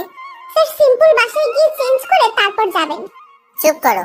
আমি এত চেষ্টা করি তোমার থেকে দূরে থাকার, সেই দেখুন স্যার, আমি ইচ্ছে করে আপনার সামনে আসিনি। ওহ, আমারই ভুল। আমি তোমার সামনে চলে এসেছি। এটাই হয়তো স্যার। তোমার কথা আমার জাস্ট অসহ্য লাগছে। জাস্ট অসহ্য। সহ্য করতে কে বলেছে? আই উইশ তোমার মুখটা জানি আমার আর না দেখতে হয়। এই শরত আমি বের হব বলে কাব্য চলে গেল। আজ কাব্য নিজের কাজের জন্য অফিসের বাইরে গেছে। উফ, পুরা ক্যাবিন মেঘার ভাবতে লুঙ্গি ডান্স করতে ইচ্ছে হচ্ছে ওর। কিন্তু তার বলা কঠিন থেকে কঠিনময় কথা শোনার পর মনটা প্রচন্ড খারাপ হয়ে গেছে মেঘার। বাইরে আকাশটা কালো হয়ে আসছে। ধীরে ধীরে মনে হয় ঝড় উঠবে। এই কয়েকদিন মেঘাকে কাব্য ড্রাইভ করে বাসায় পৌঁছে দিয়েছে, বাট আজ কাব্য নাই। সেদিনের মতো আজও সিএনজি রিক্সা কিছুই পাচ্ছে না। মেঘা আজ বের হতেই এক্সট্রা লেট হয়েছে। অন্ধকার গড়িয়ে আসছে, তারপর বৃষ্টি হবে বলে বোধ হচ্ছে। দূরের চায়ের দোকানে বসে আসিফ নামের ছেলেটি মেঘাকে লক্ষ্য করে যাচ্ছে। কেমন জানি ভয় হতে লাগলো মেঘার। মেঘা ফোনটা ব্যাগ থেকে বের করে হাঁটা শুরু করলো আর আকাশকে ফোন দিতে লাগলো। অদ্ভুত বিষয় কি জানেন, যখন আমাদের কারো প্রয়োজন হবে তখন তাকে পাবোই না। ফোনে তো আরো না, হয়তো তার ফোন বন্ধ আসবে, নয়তো ধরবে না। মেঘার সাথে তাই হচ্ছে।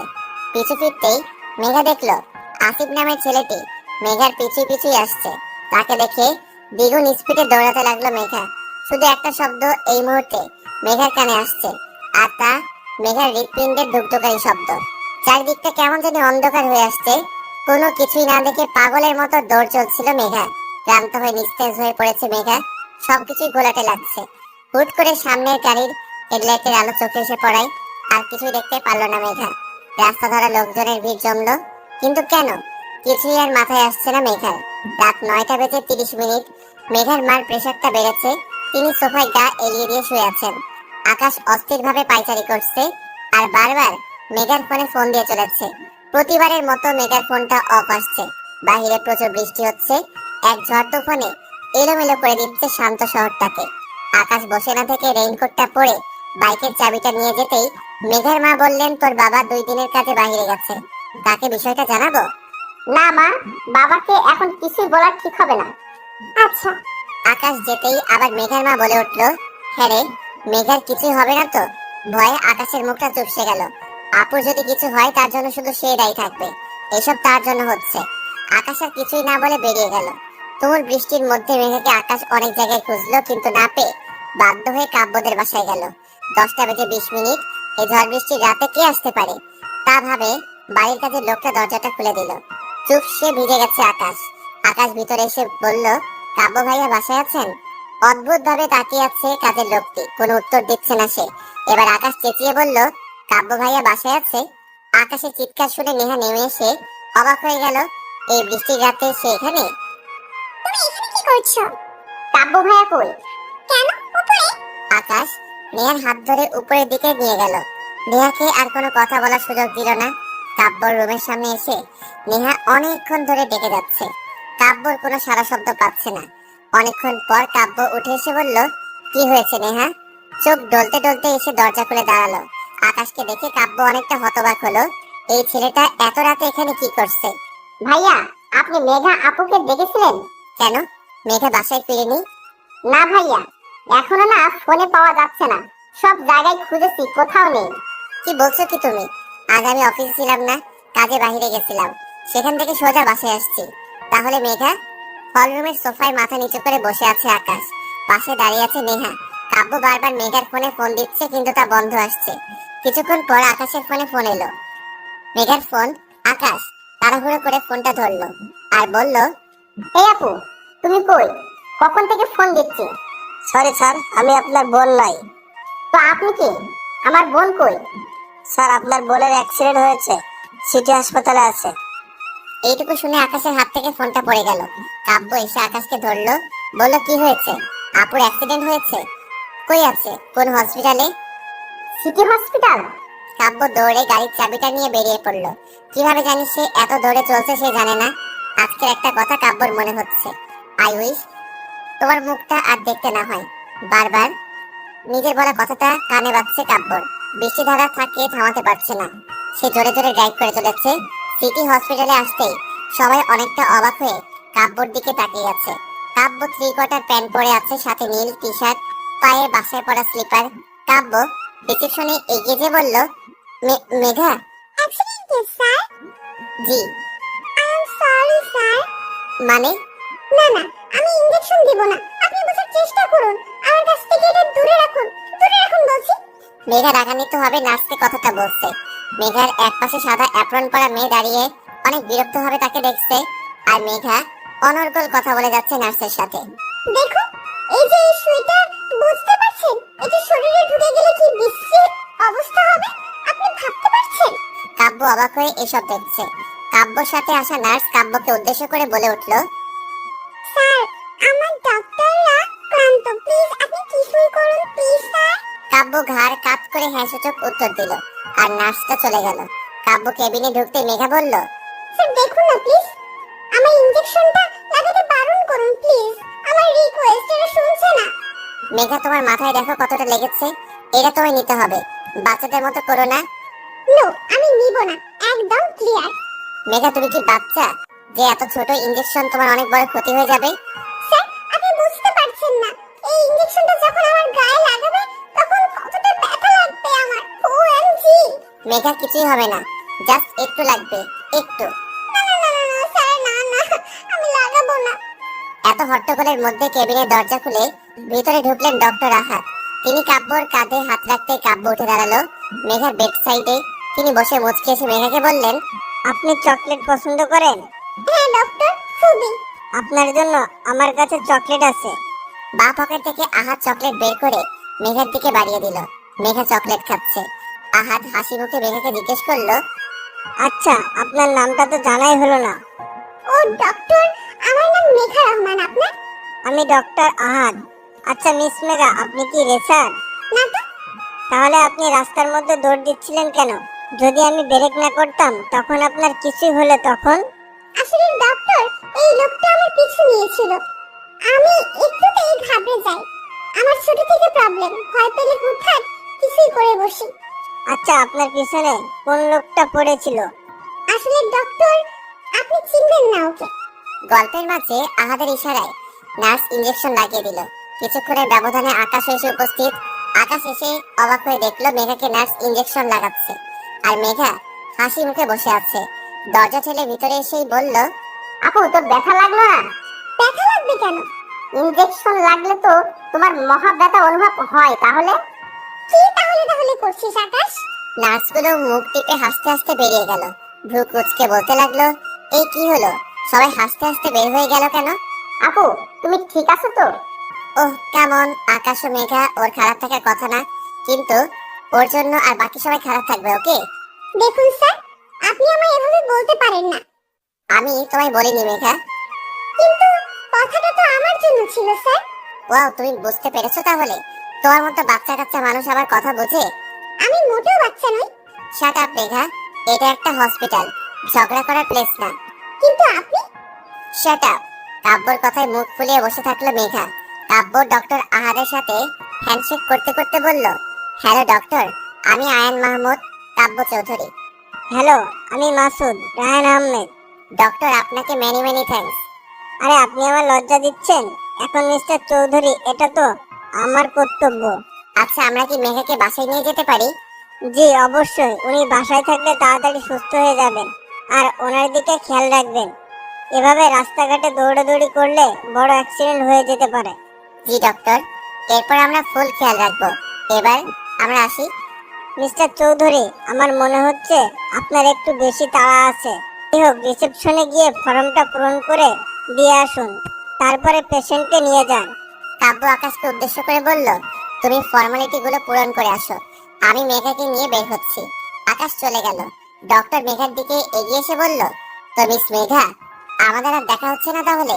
তা কেন ডাক্তার, আপনি আমার জীবন বাঁচিয়েছেন, আপনার সাথে তো ফ্রেন্ডশিপ করা যায়। জি আপনি চাইলে অবশ্যই করণীয় এটা। কাব্যর আহাতকে পছন্দ হচ্ছে না, তার মতো সে নিত্যন্ত গায়ে পড়া ছেলে, তার মধ্যে এই কথাগুলো আরো ভালো লাগছে না। কাব্য এগিয়ে এসে বলল, মেঘা উঠো উঠো, আমাদের যেতে হবে। মেঘা অবাক হয়ে বলল, হ্যাঁ স্যার আমি উঠছি তো। উফ, আন্টি টেনশন করছে, তুমি বুঝতে পারছো না, এখনই যেতে হবে। মেঘা ডক্টরকে আরো কিছুই বলতে যাবে, তখন কাব্য মেঘাকে থামিয়ে দিয়ে বলল, ডক্টর আপনার সাথে আমরা অন্য সময় মিট করব, এখন তো আমাদের আসতে হচ্ছে, সরি ডক্টর। মেঘা তুমি এখনো বসে, চলো চলো। কাব্য মেঘাকে নিয়ে বেরিয়ে গেল। আহাদ মেঘার যাওয়ার পানে তাকিয়ে আছে। অদ্ভুত ভাবে মেয়েটা তার ভালো লেগে গেছে। কাব্য মেঘাদের ড্রয়িং রুমে সোফায় বসে, তার অদ্ভুত লাগছে। পরনে 3/4 প্যান্ট, সাথে টি শার্ট। মেঘার মা কাব্যকে বলতে লাগলো, তুমি না থাকলে কি যে হতো বাবা।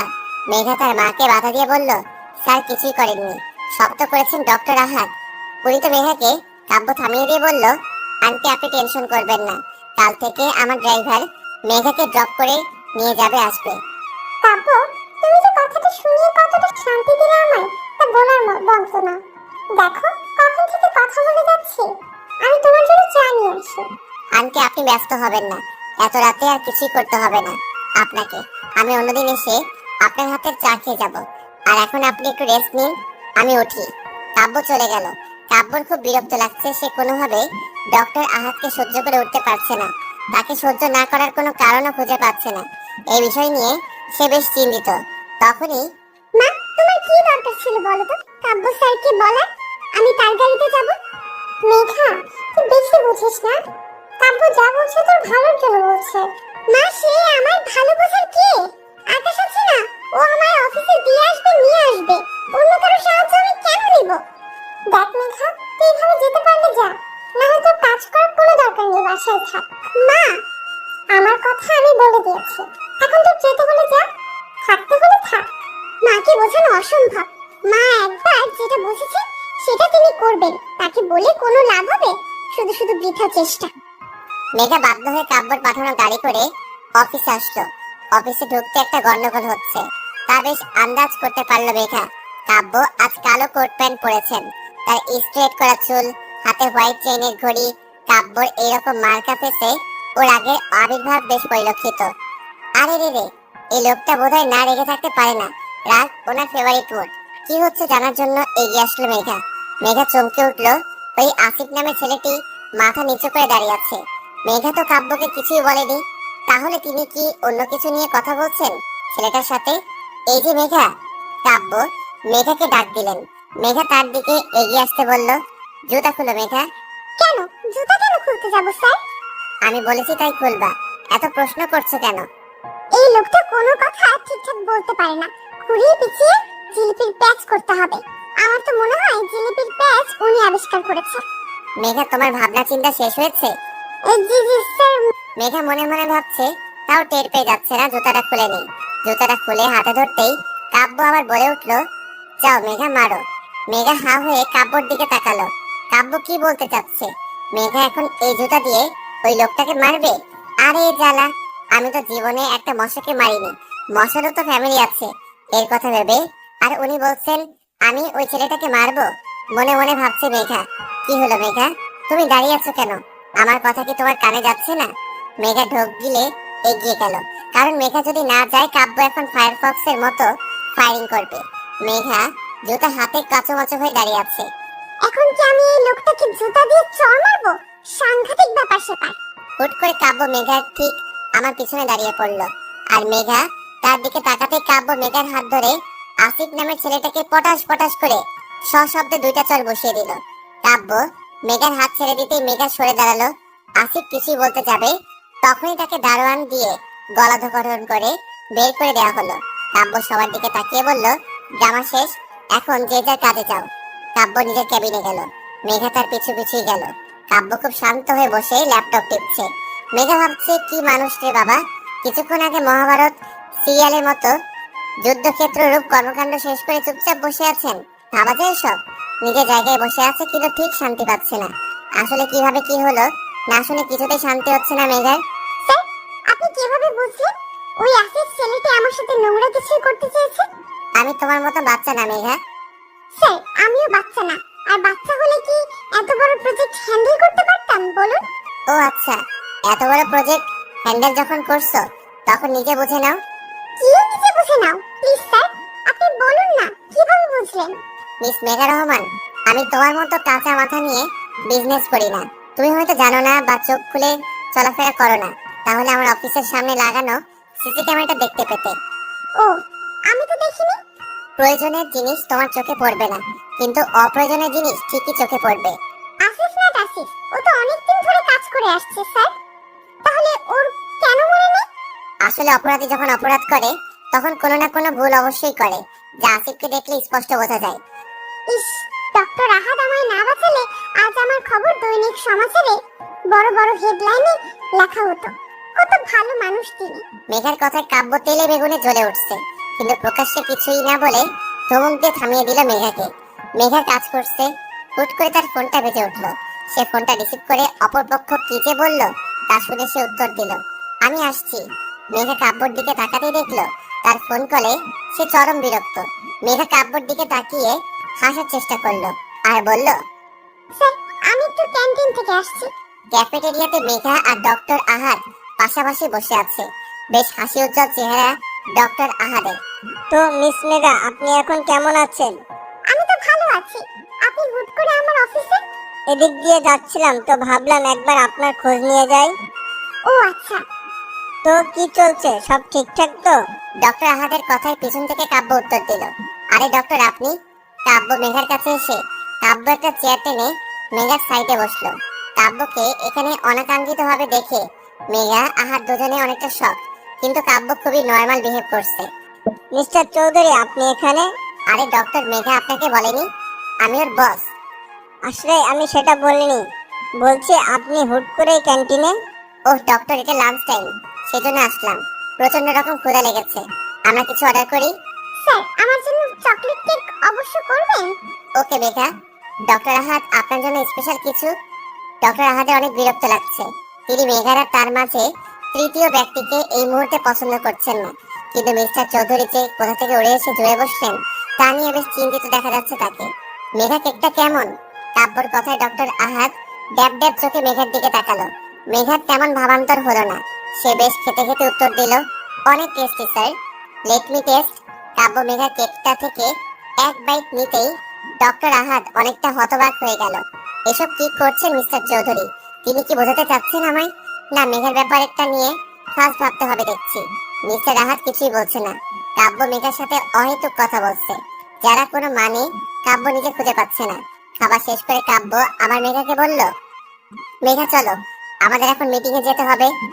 স্যার আমার আবার কিসের মিটিং? আরে মেঘা, তুমি বারবার ভুলে যাও, এটা কি হয় নাকি? চলো ফার্স্ট। মেঘা কাব্যর কথার কিছুই বুঝছে না। সে ডক্টর আহাদকে বলল, সরি মিস্টার আহাদ, আজ আমি একটু ব্যস্ত। আমরা অন্য কোনো একদিন দেখা করে নিই। ওকে মেঘা, কোনো সমস্যা নেই। কাব্য মেঘাকে নিজের সাথে করে নিয়ে গেল। ব্যাপারটা মিস্টার আহাদের তেমন সুবিধার ঠেকলো না। তিনি সন্দেহ দৃষ্টিতে বারবার কাব্যর দিকে তাকাচ্ছেন। আহাদ গম্ভীরভাবে কিছুই ভাবতে বসে গেল। কাব্য ড্রাইভ করছে, তার পাশের সিটে মেঘা বসে আছে। মেঘার কৌতূহলের দৃষ্টি নিয়ে কাব্যর দিকে তাকিয়ে আছে। স্যার আপনার কি হয়েছে বলুন তো? কই কিছুই না তো। কিছু তো হয়েছে স্যার। আপনি ডক্টর আহাদের সামনে এটা দেখানোর চেষ্টা করলেন কেন যে আপনি আর আমি এত ক্লোজ? আরে মেঘা, আমাদের কোম্পানির একটা রেপুটেশন আছে না? এভাবে সবাই যদি ভাবে আমাদের কোম্পানির এমপ্লয়ীদের সাথে খারাপ ব্যবহার করি, তাহলে মার্কেটে আমাদের বদনাম হবে। কিন্তু স্যার আপনি আমার মিটিং এ কেন নিয়ে যাচ্ছেন? আমার তো কোনো কাজ নেই। চুপ করে বসে থাকো মেঘা, এত কথা বলো না, আমার ড্রাইভ করতে প্রবলেম হচ্ছে। মেঘা চুপ করে গেল, কিন্তু কাব্য নিজে বুঝতে পারছে না সে কেন বা এমন বিহেভিয়ার করছে। কি হয়েছে? তার রেস্টুরেন্টে বসে আছে কাব্য, মেঘা, আর তাদের সামনে বসে আছেন তাদের ক্লায়েন্ট মিস্টার তাসকিন শরীফ। কাব্য আর মিস্টার শরীফ তাদের মিটিং এর বিভিন্ন প্রয়োজনীয় কথাবার্তা বলছে। মেঘা মনোযোগ দিয়ে তা শুনছে। যদিও তার ইচ্ছে করছে এখান থেকে দৌড়ে পালাতে, কিন্তু তার হচ্ছে কই। তিনটাই মিটিং শেষ হলো। মিস্টার শরীফ মেঘার সাথে হ্যান্ডশেক করার জন্য তার দিকে হাত বাড়িয়ে দিল। মেঘা তো হাসি মুখে হাত মেলাতে যাবে, তখন কাব্য ঠ্যাস করে হাত মিলিয়ে নিয়ে বলল, আপনার সাথে কাজ করে আমাদের নিশ্চয়ই অনেক ভালো লাগবে। এখন তাহলে আসি মিস্টার শরীফ, চলো মেঘা চলো। কাব্যর এমন অদ্ভুত বিহেভিয়ার মিস্টার শরীফ আর মেঘা দুজনেই হতবাক। কি হয়েছে তা জানতে হবে মেঘার। রোড সাইডে গাড়ি দাঁড় করিয়ে মেঘা চুরিওয়ালার কাছ থেকে চুরি কিনছে আর এক এক টাকার জন্য দাম কষাকষি করছে। কাব্য গাড়িতে হেলান দিয়ে দুই হাত পকেটে রেখে দেখে চলেছে মেঘাকে। মেঘা ছাড়া আর কোনো কিছুই তার চোখে পড়ছে না। মেঘার চুলগুলো হালকা বাতাসে উঠছে, কোমরে হাত দিয়ে সে দোকানের সাথে দাম কষাকষি করছে। কাব্য ভাবতে লাগলো, প্রথম দিন তোমার ভয়েস শুনে তোমার প্রতি মুগ্ধ হয়ে গেছিলাম। আমি তখন ভেবেছিলাম এমন ভয়েস আর কারো হতে পারে না, কারো না। তোমায় যেদিন দেখতে গেলাম, বিশ্বাস করো তোমার প্রতি আকর্ষণটা আরো বেড়ে গেছিল। তোমায় গাঢ় নীল রঙের শাড়িতে দেখে তোমার কাছের চুড়িগুলো ঝনঝন শব্দ করে বড্ড জ্বালাচ্ছিল আমায়। কিন্তু নিয়তি হয়তো আমাদের নিয়ে অন্য কিছু লিখেছিল, তাই তো তুমি আমার হলে না। হয়ে গেল তোমার সাথে আমার এক মহাযুদ্ধ কাহিনী। সেদিন তোমার মুখে ওই হাড়ের ডক্টর আহাদের নামে এত গল্প শুনে আমার ইচ্ছা করছিল হাড় ডাক্তারকে খুন করি। পরে বুঝলাম আমি তার প্রতি জেলাস, আর আসিফকে আমার খুন করতে ইচ্ছে হয়েছিল। ওর এত সাহস তোমার দিকে চোখ তুলে তাকায়। এসব থেকে হিসাব করে বুঝলাম আমি তোমায় ভালোবাসি কি। I love you Megha. Kabya হাসি দিয়ে মেঘার দিকে তাকিয়ে হতাশ হয়ে গেল। এই বাচ্চাকে এখন কিভাবে বোঝাবে সে এক ডজন চুরির জন্য কিভাবে ঝগড়া করছে? আল্লাহ, এই পিচিটাকে আমার ভালোবাসতে হলো। কাব্য মেঘার কাছে এগিয়ে গিয়ে চুরিওয়ালার পুরা ঝুড়িটা তুলে মেঘার হাতে দিল। চুরির দামের দ্বিগুণ টাকা চুরিওয়ালাকে দিল। খুশিতে গদগদ হয়ে চুরিওয়ালা চলে গেল। মেঘা ড্যাব ড্যাব চোখে কাব্যর দিকে তাকিয়ে আছে। তখনই, স্যার এতগুলো চুরি আমি কি করব? রাখতে হলে রাখো, না হয় ফেলে দাও। স্যার আপনি কি পাগল নাকি? এতগুলো টাকা দিয়ে কিনে ফেলে দেব? তাহলে রাখো নিজের কাছে। স্যার আপনি আমায় এত চুরি কিনে দিচ্ছেন বা কেন? তুমি না আমার কাছে 20 টাকা পাও? পাই তো। কেন স্যার? ওই টাকা তো কি এখন আমায় দেবেন? না, এখন তুমি আমায় চুরির টাকা দিবা মিস মেঘা। কি? আমি কি আপনার কাছে 3000 টাকার চুরি কিনে চেয়েছি? আমি আপনার চুরি নিবই না, বুঝলেন? নামো। কাব্য গাড়ি থামিয়ে মেঘাকে নামতে বলল। মেঘা অবাক হয়ে কাব্যর দিকে তাকালো আর বলল, কেন? চুরি ঝুড়িটা নাও আর নামো গাড়ি থেকে। মেঘা অবাক হয়ে ঝুড়িটা নিয়ে নামলো আর কাব্যর দিকে হা করে তাকিয়ে আছে। মিস মেঘা, এখন তুমি ভাবো আমার 3000 টাকা কিভাবে দেবে? ডেভিল মার্কে হাসি দিয়ে কাব্য গাড়ি নিয়ে মেঘার সামনে শো করে চলে গেল। কি হলো এটা বোঝার জন্য মেঘা চারদিকে তাকাতে দেখলো এই কি কাব্য মেঘাকে ওর বাসার সামনে নামিয়ে দিয়ে এত সহজে চুরি ঝুড়ি ধরিয়ে দিয়ে চলে গেল। আর মেঘা বোকার মতো বকবক করে আস্তে আস্তে বাহিরের দিকে খেয়াল করলো না। মেঘা ভাবলো না এখন চুপচাপ বাসায় ঢুকতে হবে। মা যদি আমার হাতে এই ঝুড়ি দেখে তাহলে তো এলাহি কাণ্ড বেঁধে দিবে। হাজারটা প্রশ্নের তীর নিক্ষেপ করবে আমার দিকে আর অহেতুক সন্দেহ দৃষ্টি দিয়ে গিলে খাবে। চুপচাপ খুব সাবধানে পা ফেলে বাসার ভিতরে প্রবেশ করলো মেঘা। নিজের রুমে এসে দীর্ঘ নিঃশ্বাস ছাড়লো। যাক বাবা, বাঁচা গেল। আকাশ আমার কথা শুনে, আকাশ শোনো, দাঁড়াও, কোথায় যাচ্ছ তুমি? নেহা, আমাকে যেতে দাও। তোমার সাথে আমি আর কোনো কথা বলতে চাই না, প্লিজ। কি হয়েছে আকাশ? তুমি এভাবে বলছো কেন? দেখো নেহা, তোমার জন্য আমি আমার বেচারি বোনটার এই অবস্থা করেছি। শুধুমাত্র আমার জন্য মাকে এত টেনশন কাটাতে হয়েছে। আমার জন্য আপু এত বড় বিপদের মুখ থেকে ফিরে এসেছে। প্লিজ নেহা, আমি আর কিছুই করতে পারবো না। আমার বোনকে আমি ভালোবাসি, তার ক্ষতি আমি আর করতে পারি না। ঠিক আছে আকাশ, আমরা আর এসব করব না, ফাইন? না নেহা, তুমি আমায় ভুলে যাও। তোমার ফ্যামিলি কখনো আমায় মেনে নেবে না। প্লিজ আমায় ভুলে যাও। তুমি অন্য কোনো বড়লোক বাবার ছেলেকে বিয়ে করে সুখে থাকো। আকাশ, তুমি আমায় এভাবে বলছো? আমি বাধ্য হচ্ছি নেহা, পরিস্থিতি এর জন্য আমি বাধ্য হয়েছি। নতুন কাউকে পেয়েছো? সি নেহা, তুমি আমায় এমন ছেলে ভাবো? আমি আর কাউকে নিজের জীবনের সাথে জড়াবো না। নেহা, সত্যি বলতে আমি পারবো না। তাহলে কি আমি আর কোনোদিন তোমার সাথে কথা বলতে পারবো না? না, আজ থেকে তুমি আমার সাথে যোগাযোগ করার চেষ্টা করো না। ভালো থেকো। আকাশ চলে যাচ্ছে। নেহা আকাশের যাওয়ার পানে তাকিয়ে আছে। আকাশ একবারও ফিরে নেহার দিকে তাকাচ্ছে না। নিজের চোখের পানি লুকাতে সে নেহার দিকে ফিরে তাকাচ্ছে না। নেহা অঝরে কান্না করছে। তার কান্নার বাদ মানছে না। চিৎকার করে কান্না করতে পারলে আজ একটু শান্তি পেত সে। কাব্য গুনগুন করে গান গাচ্ছে আর পকেটে হাত দিয়ে নেহার রুমের দিকে যাচ্ছে। প্রেমে পড়েছি আমি, প্রেমে পড়েছি, প্রথম দেখাতে তার প্রেমে পড়েছি। কাব্য গান গাচ্ছে, নেহা মুখ ফুলিয়ে বসে আছে। নেহা বিরক্ত নিয়ে বলল, এই ভাইয়া, কি শুরু করলি তুই? এই তো সমস্যা কি? সমস্যা আমার না তোর। আমার সমস্যা থাকলে এত সুন্দর গান গাইতাম বল? তোর সমস্যা? তুই নিয়ে ভাগ এখান থেকে, আমার মুড অফ। বোন শোন না, প্রেমে পড়েছি, আমি প্রেমে পড়েছি। অনেক সুন্দর গান ভাইয়া, এখন যা। এই তুই কি বুঝছিস না আমার অবস্থা? শুনতে পাচ্ছিস না তুই? কি শুনবো? মনের কথা। কই গিয়ে শুনবো? দুয়ারে গিয়ে শোন। হ্যাঁ, খেয়ে দিয়ে কাজ নেই, এই রাতের বেলা আমি মানুষের মার খেতে যাই। মার কেন খাবি? এখন মানুষের দুয়ারে গিয়ে নক করে আমায় মার না দিয়ে কি দুধ ভাত দেবে? কাব্য নেহার মাথার পিছনে মেরে বলল, ওরে গাদির আম্মা, আমি তোকে আমার মনের কথা শুনতে বলেছি। আমার মনের দুয়ারে গিয়ে ডাফার। আচ্ছা, উফ, চিৎকার করছিস কেন? তোর মতো গাদির আম্মার কাছে আমি কথা শেয়ার করতে আসছি, যা বলবই না। আরে ভাই ভাই, রাগ করিস না, প্লিজ বল প্লিজ। আমি না। কি? ইস কি লজ্জা, কি লজ্জা। ভাই, নতুন বইয়ের মতো লজ্জা পাস কেন বল তো তুই? আমি না মেঘাকে ভালোবেসে ফেলেছি। কি? সত্যি সত্যি ভাইয়া? কি হলো, তুই এত খুশিতে লাফাচ্ছিস কেন? আরে ভাই, খুশিতে খুশিতে মেঘা ভাবি আমার ভাবতে। এত খুশি হওয়ার কিছুই নেই। এখনো মেঘা জানে না আমি ওকে ভালোবাসি। আরে ভাইয়া, নো টেনশন, ভাবি পটে যাবে তো। সত্যি তো? ঠিক সত্যি। 1000 में मेरा बहना है। হয়েছে, কান না দিয়ে যাও ফুটো। কাব্য আবার গান গাইতে গাইতে চলে গেল। প্রেমে পড়েছি আমি, প্রেমে পড়েছি, প্রথম দেখাতে তার প্রেমে পড়েছি, প্রেমে পড়েছি আমি, প্রেমে পড়েছি, প্রেমে পড়েছি। সে যে রূপে অপরূপা অনন্যা, পৃথিবীতে নাই তার কোনো তুলনা। প্রেমে পড়েছি আমি, প্রেমে পড়েছি। কাব্য যেতেই নেহা খুশিতে আকাশকে ফোন দিল। আকাশ ফোন তুলে বলল, আমি তোমায় মানা করছি না নেহা, আমায় ফোন দিতে প্লিজ। আমি তোমার কোনো কথা শুনতে চাই না, প্লিজ আমায় ছেড়ে দাও প্লিজ। নেহাকে কিছুই বলার সুযোগ না দিয়ে আকাশ ফোনটা কেটে দিল। শালা তোকে কাল ভার্সিটিতে দেখাচ্ছি। নেহার আগে ফোনটা রেখে ঘুমাতে চলে গেল। ঘড়ির কাঁটায় 12টা বেজে 10 মিনিট। বালিশের নিচে থাকা ফোনটা চিৎকার করে বেজে উঠছে। দুইটা জিনিস মানুষের শান্তি হারাম করতে পারে। এক, মাঝরাতে কারো আগমন, আর দুই, এই মাঝরাতের ফোন। মেঘা চোখ ডলতে ডলতে ফোনটা তুলল। অপর পাশ থেকে একজন প্রায় চিৎকার করে বলল, এত টাইম লাগে কেন ফোন ধরতে? ও তুমি কি ঘুমাচ্ছিলে? মেজাজটা 99 সেলসিয়াস মাত্রায় বেড়ে গেল মেঘার। কি বলে, রাত 12টায় ফোন দিয়ে বলে ঘুমাচ্ছ? বিরক্ত মাখা কণ্ঠে বলল, না তো, আমি তো ডান্স করছিলাম। এত রাতে তুমি ডান্স কেন করছো মেঘা? আমার ইচ্ছা, আপনার কি? আপনি কে? আমি কে? মেঘা মাথাটা গরম করো না তো। আপনার মাথা গরম হলে আমার কি? মেঘা বাড়াবাড়ি হচ্ছে কিন্তু। আমি বাড়াবাড়ি করছি, তাতে আপনার কি?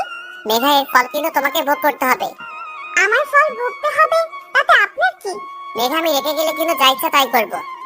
আপনি যা ইচ্ছা হয় তাই করুন, তাতে আমার কি? ঠিক আছে, ওয়েট এন্ড ওয়াচ বলে কাব্য ফোনটা কেটে দিল। মেঘা আবার ঘুমে তলিয়ে গেল। 1 মিনিট লাগে না তার ঘুমাতে, একদম ঘুম পড়ি। তারপরে ঘুমের মধ্যে অনেকক্ষণ থেকে বুঝতে পারছে মেঘা কিছু একটা ওকে স্পর্শ করছে, কিন্তু চোখ করে দেখার সময় কই। মেঘারও তো ঘুমে ব্যস্ত, মহাব্যস্ত। স্পষ্ট কারো ঠোঁটের ছোঁয়া নিজের কপালে অনুভব করলো মেঘা। তার ছোঁয়ায় পুরো শরীরটা হিম ঠান্ডা হয়ে গেল। মুহূর্তেই মেঘার ঘুম ছুটে পালালো। দেখলো এক ছায়ামূর্তি ঠিক ওর পাশে বসে আছে। ছায়ামূর্তি বললে ভুল হবে, ছায়া মানব ওর দিকে এগিয়ে আসছে। মেঘা জোরে চিৎকার দিতে যাবে, তখনই খপ করে মেঘার মুখে হাত দিয়ে চেপে ধরলো।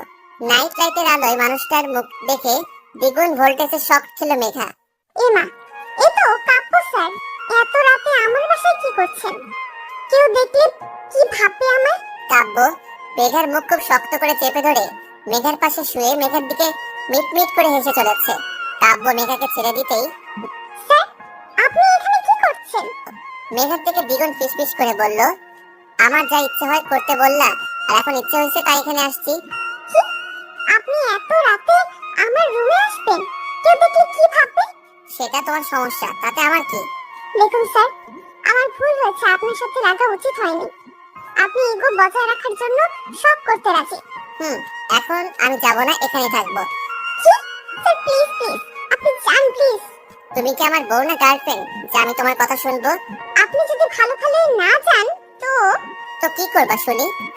আমি চেঁচিয়ে সবাইকে ডাকবো আর বলবো আপনি আমার রুমে জোর করে ঢুকে এসেছেন। আমি বলবো তুমি আমায় ফোন করে আসতে বলেছো। আমার ফোন লিস্টটা দেখিয়ে দিব।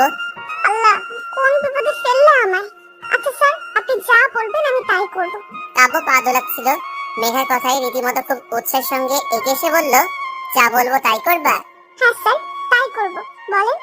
মেঘা কাব্যের হাত ধরে টেনে তুলল আর প্রায় ধাক্কাধাক্কি করে বেলকনিতে নিয়ে গেল।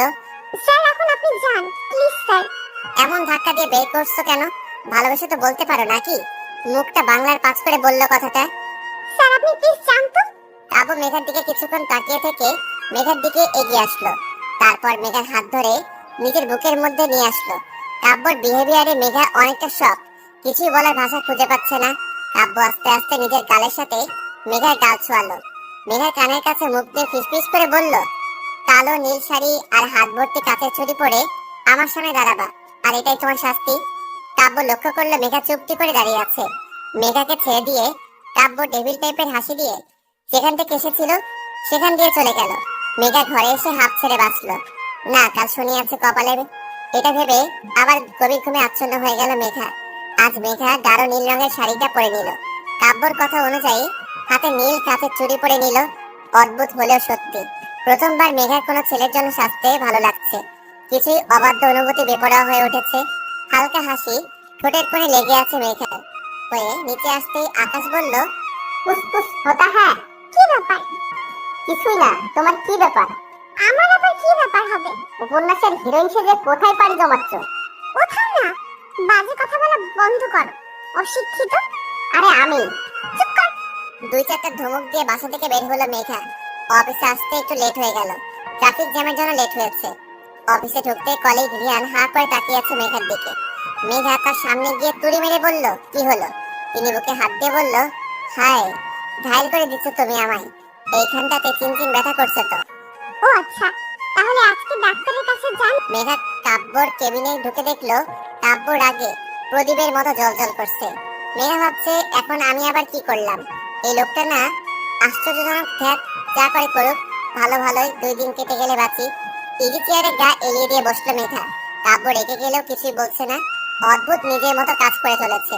মেঘার আর কি, ও ওর কাজগুলো করে নিলে বাঁচে। ভার্সিটির বটতলায় আকাশ বসে আড্ডা দিচ্ছিল। নেহা আসতেই সে উঠে চলে যেতে লাগলো। নেহা পথ আগলে ধরলো। আকাশ, আমার কথাটা শোনো প্লিজ। না নেহা, আমি তোমার কোনো কথা শুনতে চাই না প্লিজ। আকাশ, মায়া মেঘা আপুকে ভালোবাসে। তাতে কি? আমার বোন তো বাসে না। মানে আপু যাতে ভাইয়ের প্রেমে পড়ে, তাতে তোমাকে প্ল্যান করতে হবে। প্লিজ নেহা, আমি কিছুই পারবো না, প্লিজ তুমি আমার পিছু ছেড়ে দাও প্লিজ। আকাশের কথা না বাড়িয়ে চলে গেল। নেহা দাঁড়িয়ে থেকে আকাশের যাওয়ার পানে তাকিয়ে আছে। আজ এই আকাশটাকে চিনতে নেহার বড্ড কষ্ট হচ্ছে। কাজের মাঝে মনে হয় মেঘার বাধা স্বরূপ মেঘার বেহায় ফোনটা ভ্যাভ্যা করে উঠলো। কাব্য মেঘার দিকে ভ্রু কুঁচকে তাকালো, আর একবার ফোনের স্ক্রিনের দিকে তাকাতেই মেঘা ফোনটা হাতে নিয়ে বলল, কে? আরে মেঘা, আমি আহাদ বলছি। ও, ডাক্তার আপনি? হ্যাঁ বলুন। মেঘা, এখন একটু তোমার সময় হবে? কেন বলুন তো ডাক্তার? আমার তোমার সাথে খুব প্রয়োজনীয় কথা ছিল। খুব প্রয়োজনীয় কি? হ্যাঁ মেঘা, খুব। আচ্ছা, আপনি কোথায় এখন? তোমার অফিস ক্যান্টিনে আছি। আচ্ছা, আমি আসছি, জাস্ট 5 মিনিট। মেঘা ফোন রাখে আর চোখে দেখলো কাব্য খুব মনোযোগ সহকারে এখন নিজের কাজে ব্যস্ত হয়ে পড়েছে। মেঘা ফোনটা নিয়ে কিছুক্ষণ ভাবলো, তারপর কেবিন থেকে বেরিয়ে ক্যান্টিনের উদ্দেশ্যে গেল। মেঘা আহাদের সামনে আসতেই আহাদ হা হয়ে তাকিয়ে আছে। মেঘা আজ এত সুন্দর লাগছে যে কেউ দেখলে প্রেমে পড়ে যাবে। বাঙালি মেয়েরা যত আধুনিক পোশাক আশাক পরুক না কেন, নারীকে তো সবসময় শাড়িতে অপরূপা অনন্যা লাগে। মেঘা আহাদের সামনে চেয়ারে বসে পড়ল। বলুন ডক্টর, আমি কেন ডেকেছেন? কিছু না। কিছুই না মানে? ফোনে বললেন আপনার অনেক প্রয়োজনীয় কথা আছে, এখনই বলতে হবে আপনাকে। তাই তো আমি কাজ ফেলে আপনার কাছে আসলাম। আমার জন্য এসো। হ্যাঁ, আপনার জন্য। মেঘা, তোমায় আজ অনেক সুন্দর লাগছে, যা বর্ণনা করার ভাষা পাচ্ছি না। ধন্যবাদ ডক্টর। আসলে মেঘা, আমার না একটা সমস্যা হচ্ছে। তো তোমার সাথে দেখা হওয়ার পর থেকে সমস্যাটা হচ্ছে আমার। কি ধরনের সমস্যা বলুন তো? তোমাকে দেখলে আমার বুকের মধ্যে প্রচন্ডভাবে ব্যথা অনুভব করি। মেঘা আহাদকে কিছুই বলতে যাবে, তখন কোথা থেকে কাব্য এসে মেঘার হাত ধরে হিড় করে টেনে নিয়ে যাচ্ছে। ডক্টর আহাদ ব্যাপারটা বুঝতে পারছেন না। মেঘা শুধু বলছে, স্যার ছাড়ুন, আমার হাতে লাগছে, প্লিজ ছাড়ুন স্যার। কাব্য মেঘার কোনো কথা না শুনে মেঘাকে টেনে গাড়িতে তুললো। তারপর সোজা নিজের বাসায় নিজের রুমে এনে মেঘাকে বিছানায় ছুঁড়ে ফেলে দিল। কাব্যর ঘরে থাকা জলপরি শোপিসটা ফ্লোরে আছড়ে ফেলে দিল। মুহূর্তে বিকট শব্দে টুকরো টুকরো হয়ে ভেঙে গেল শোপিসটা। কাব্য মেঘার বাহুতে হাত দিয়ে টেনে তুললো। এত শক্ত করে ধরছে, বোধহয় তার উদ্দেশ্য হাড়গুলো গুঁড়া পাউডার করা। আর বলল, এই মেয়ে, তোমার কত ছেলে লাগে বলো বলো? অফিসে ওই রিয়ানের সাথে গায়ে পড়ে হেসে কথা বলছিলে, তারপর ওই হাড়ের ডক্টর আমাদের সাথে। ছি! স্যার ছাড়ুন আমায়, আমার যার সাথে ইচ্ছা আমি তার সাথে কথা বলবো, আপনার কি? আমার কি? কাব্য মেঘাকে ছেড়ে দিয়ে নিজের চুলগুলো শক্ত করে ধরলো, পাগলের মতো এদিক ওদিক করছে। আমার কি? ওকে মেঘা, তুমি দেখো আমার কি, বলে কাব্য চলে গেল। দরজাটা পিছন থেকে লক করে দিয়ে গেল। মেঘা দরজা খটখট করছে আর বলছে, স্যার দরজা খুলুন প্লিজ স্যার। তখনই অনেকক্ষণ থেকে একটা বদ্ধ রুমে বসে আছে মেঘা। মেঘাকে কেন এভাবে তুলে আনলো সেটা একমাত্র কাব্যই জানে। কি চলছে ওর মাথায় তাও বোঝা অনেক মুশকিল মেঘার। মেঘা ভাবছে, আমায় এমন ভাবে তুলে আনলো, জানি আমি তার বাপদাদা রেখে যাওয়া সম্পত্তি। ওনার ব্যবহার অনেক অদ্ভুত ঠেকছে, কিসের জন্য তা বোঝা মুশকিল। নেহি নামুনকিন হ্যাঁ। এখন আমি কি করি? আমার ফোনটা তো ক্যাফেটেরিয়ায় ফেলে এসেছি। ইস, কাজের সময় কোনো কিছু আমি হাতের কাছে পাই না। এখন ইচ্ছে করছে বেলকনি থেকে লাফিয়ে পড়ি। লাফিয়ে পড়ার পর আমার ঠিক কতটা ব্যথা লাগবে তা যদি আগে থেকে জানতে পারতাম তাহলে লাফ দিয়ে দেখা যেত। হাজারো চিন্তা ভাবনা নিয়ে অস্থিরতা সময় কাটছে মেঘার। পাক্কা 2 ঘন্টা পর দরজা খোলার শব্দ পেয়ে প্রায় দৌড়ে দরজার কাছে গিয়ে দাঁড়াতেই মেঘা অবাক হয়ে থমকে দাঁড়ালো। মেঘার সামনে মেঘার মা দাঁড়িয়ে আছে। মেঘার মা এসে হাসি মুখে মেঘাকে জড়িয়ে ধরলো। মেঘা কিছুই বুঝতে পারছে না এখানে ওকে জোর করে তুলে নিয়ে আসা হয়েছে, আর ওর মা খুশি হয়ে রীতিমতো দাঁত কেলিয়ে হাসছে। কি এমন হলো? মেঘার মা আসার সাথে সাথে কাজের লোকটা এসে ঘরটা পরিষ্কার করে দিয়ে গেল। মেঘার মা ওকে বলল, ছি ছি মেঘা, তুই এই শোকেসটা ভেঙে ফেলেছিস। সবাই দেখলে কি ভাববে বলতো? কি বলছি কি মা? আমি ভেঙেছি? আমার কি মাথা খারাপ? অন্য রুমের জিনিস ভাঙতে যাব? মেঘা ওর মাকে কিছুই বলতে যাবে, ওর মা মেঘাকে থামিয়ে দিয়ে নিজে বলল, আজকে তো অনেক মিষ্টি লাগছে। আসলে মন থেকে এই দিনটা দেখার জন্য অনেক আশা করেছিলাম। প্রতিটা মায়ের এই স্বপ্নটা মনের মধ্যে লালন পালন করে আজ সত্যি আমার গর্ব হচ্ছে। তুই আমাদের মতামতকে সম্মান করেছিস। কি করেছি আমি সেটাই তো আমার কেউ বলো। আমি তো কোনো কথা বলতে দিচ্ছ না। আমি মনে মনে বকবক করে যাচ্ছি আর মা আমার সাথে বকবক করছে। কিছুক্ষণ পর ওদের রুমে একজন মধ্যবয়স্ক লোক এসে ঢুকলো। তিনি মেঘাদের ঠিক পাশে বসে কিসব বলতে শুরু করলেন। যখন উনি বললেন, বলুন মা কবুল, তখন বুঝলো উনি মেঘার বিয়ে পড়াচ্ছেন। মেঘার মাথা আকাশ ভেঙে পড়লো। এখানে হচ্ছে কি? সবকিছুরই চাপে পড়ে আর মেঘার মায়ের মুখের হাসি দেখে মেঘার মুখ দিয়ে কবুল কথাটা বের হয়ে গেল।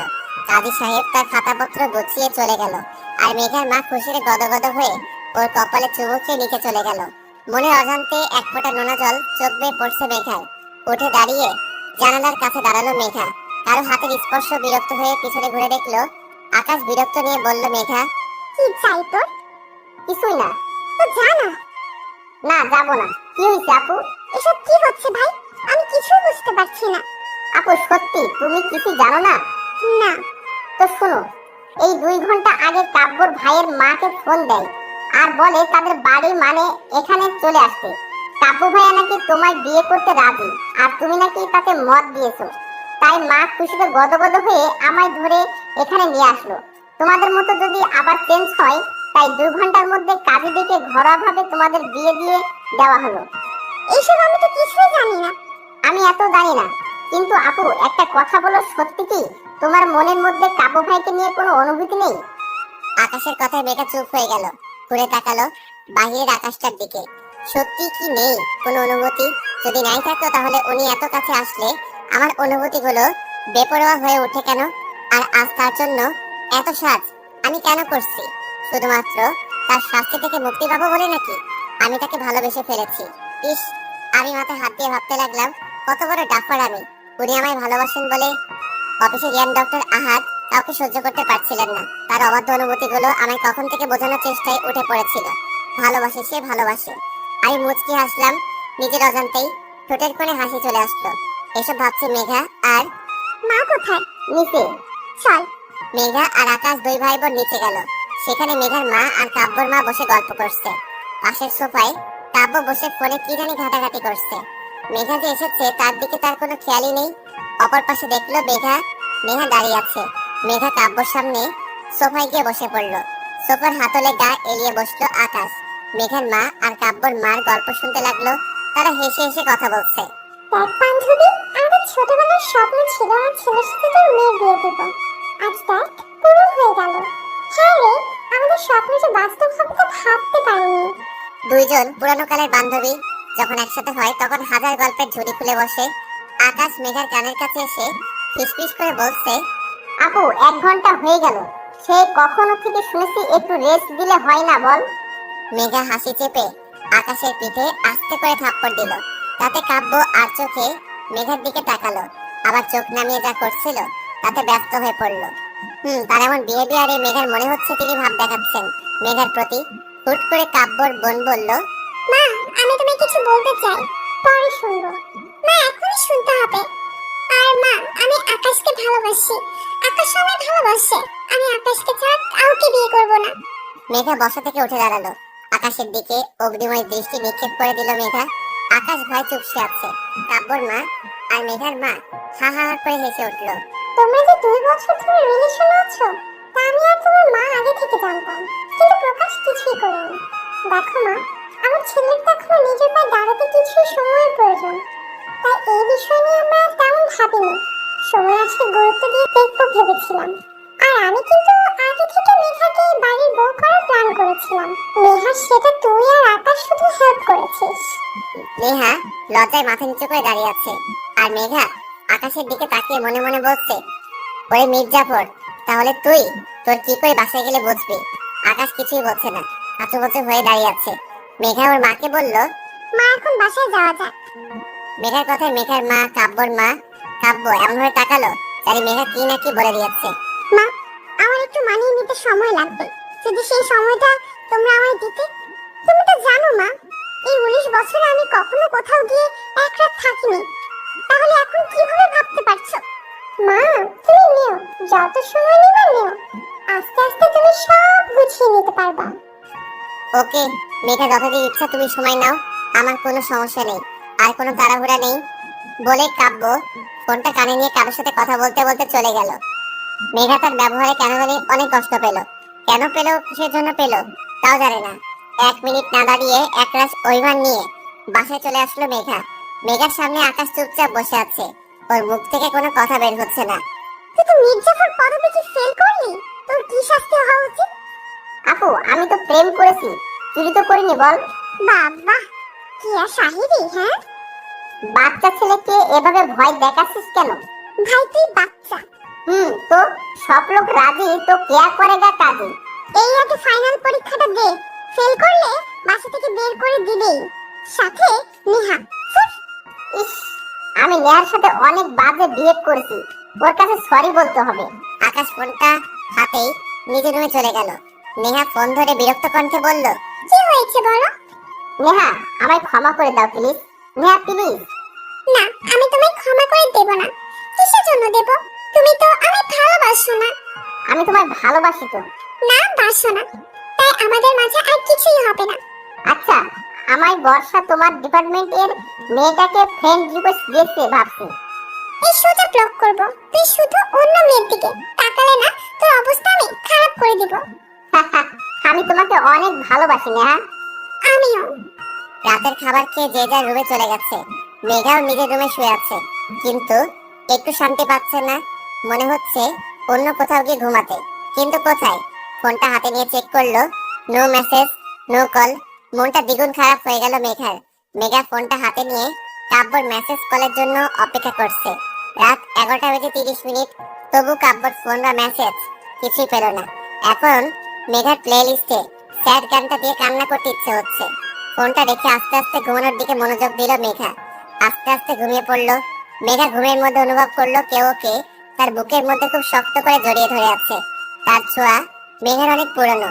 তার বুকের মধ্যে মুখ বুজে অভিমানী সুর নিয়ে বলল, আপনি এখানে? আমার বউটা ঘুম ভেঙেছে তাহলে? আপনি এখানে কি করছেন? বউ যদি বাপের বাড়ি থাকে, আমি আর কিভাবে অন্য কোথায় থাকতে পারি? হয়েছে হয়েছে, এত ভালোবাসা নামায় তো আসতে দিলেন কেন? বোঝার জন্য। কি বোঝার জন্য? তুমি আমায় ভালোবাসো কিনা? কি বুঝলে? অনেক ভালোবাসো তুমি আমায়। ছাইবাসী। সত্যি?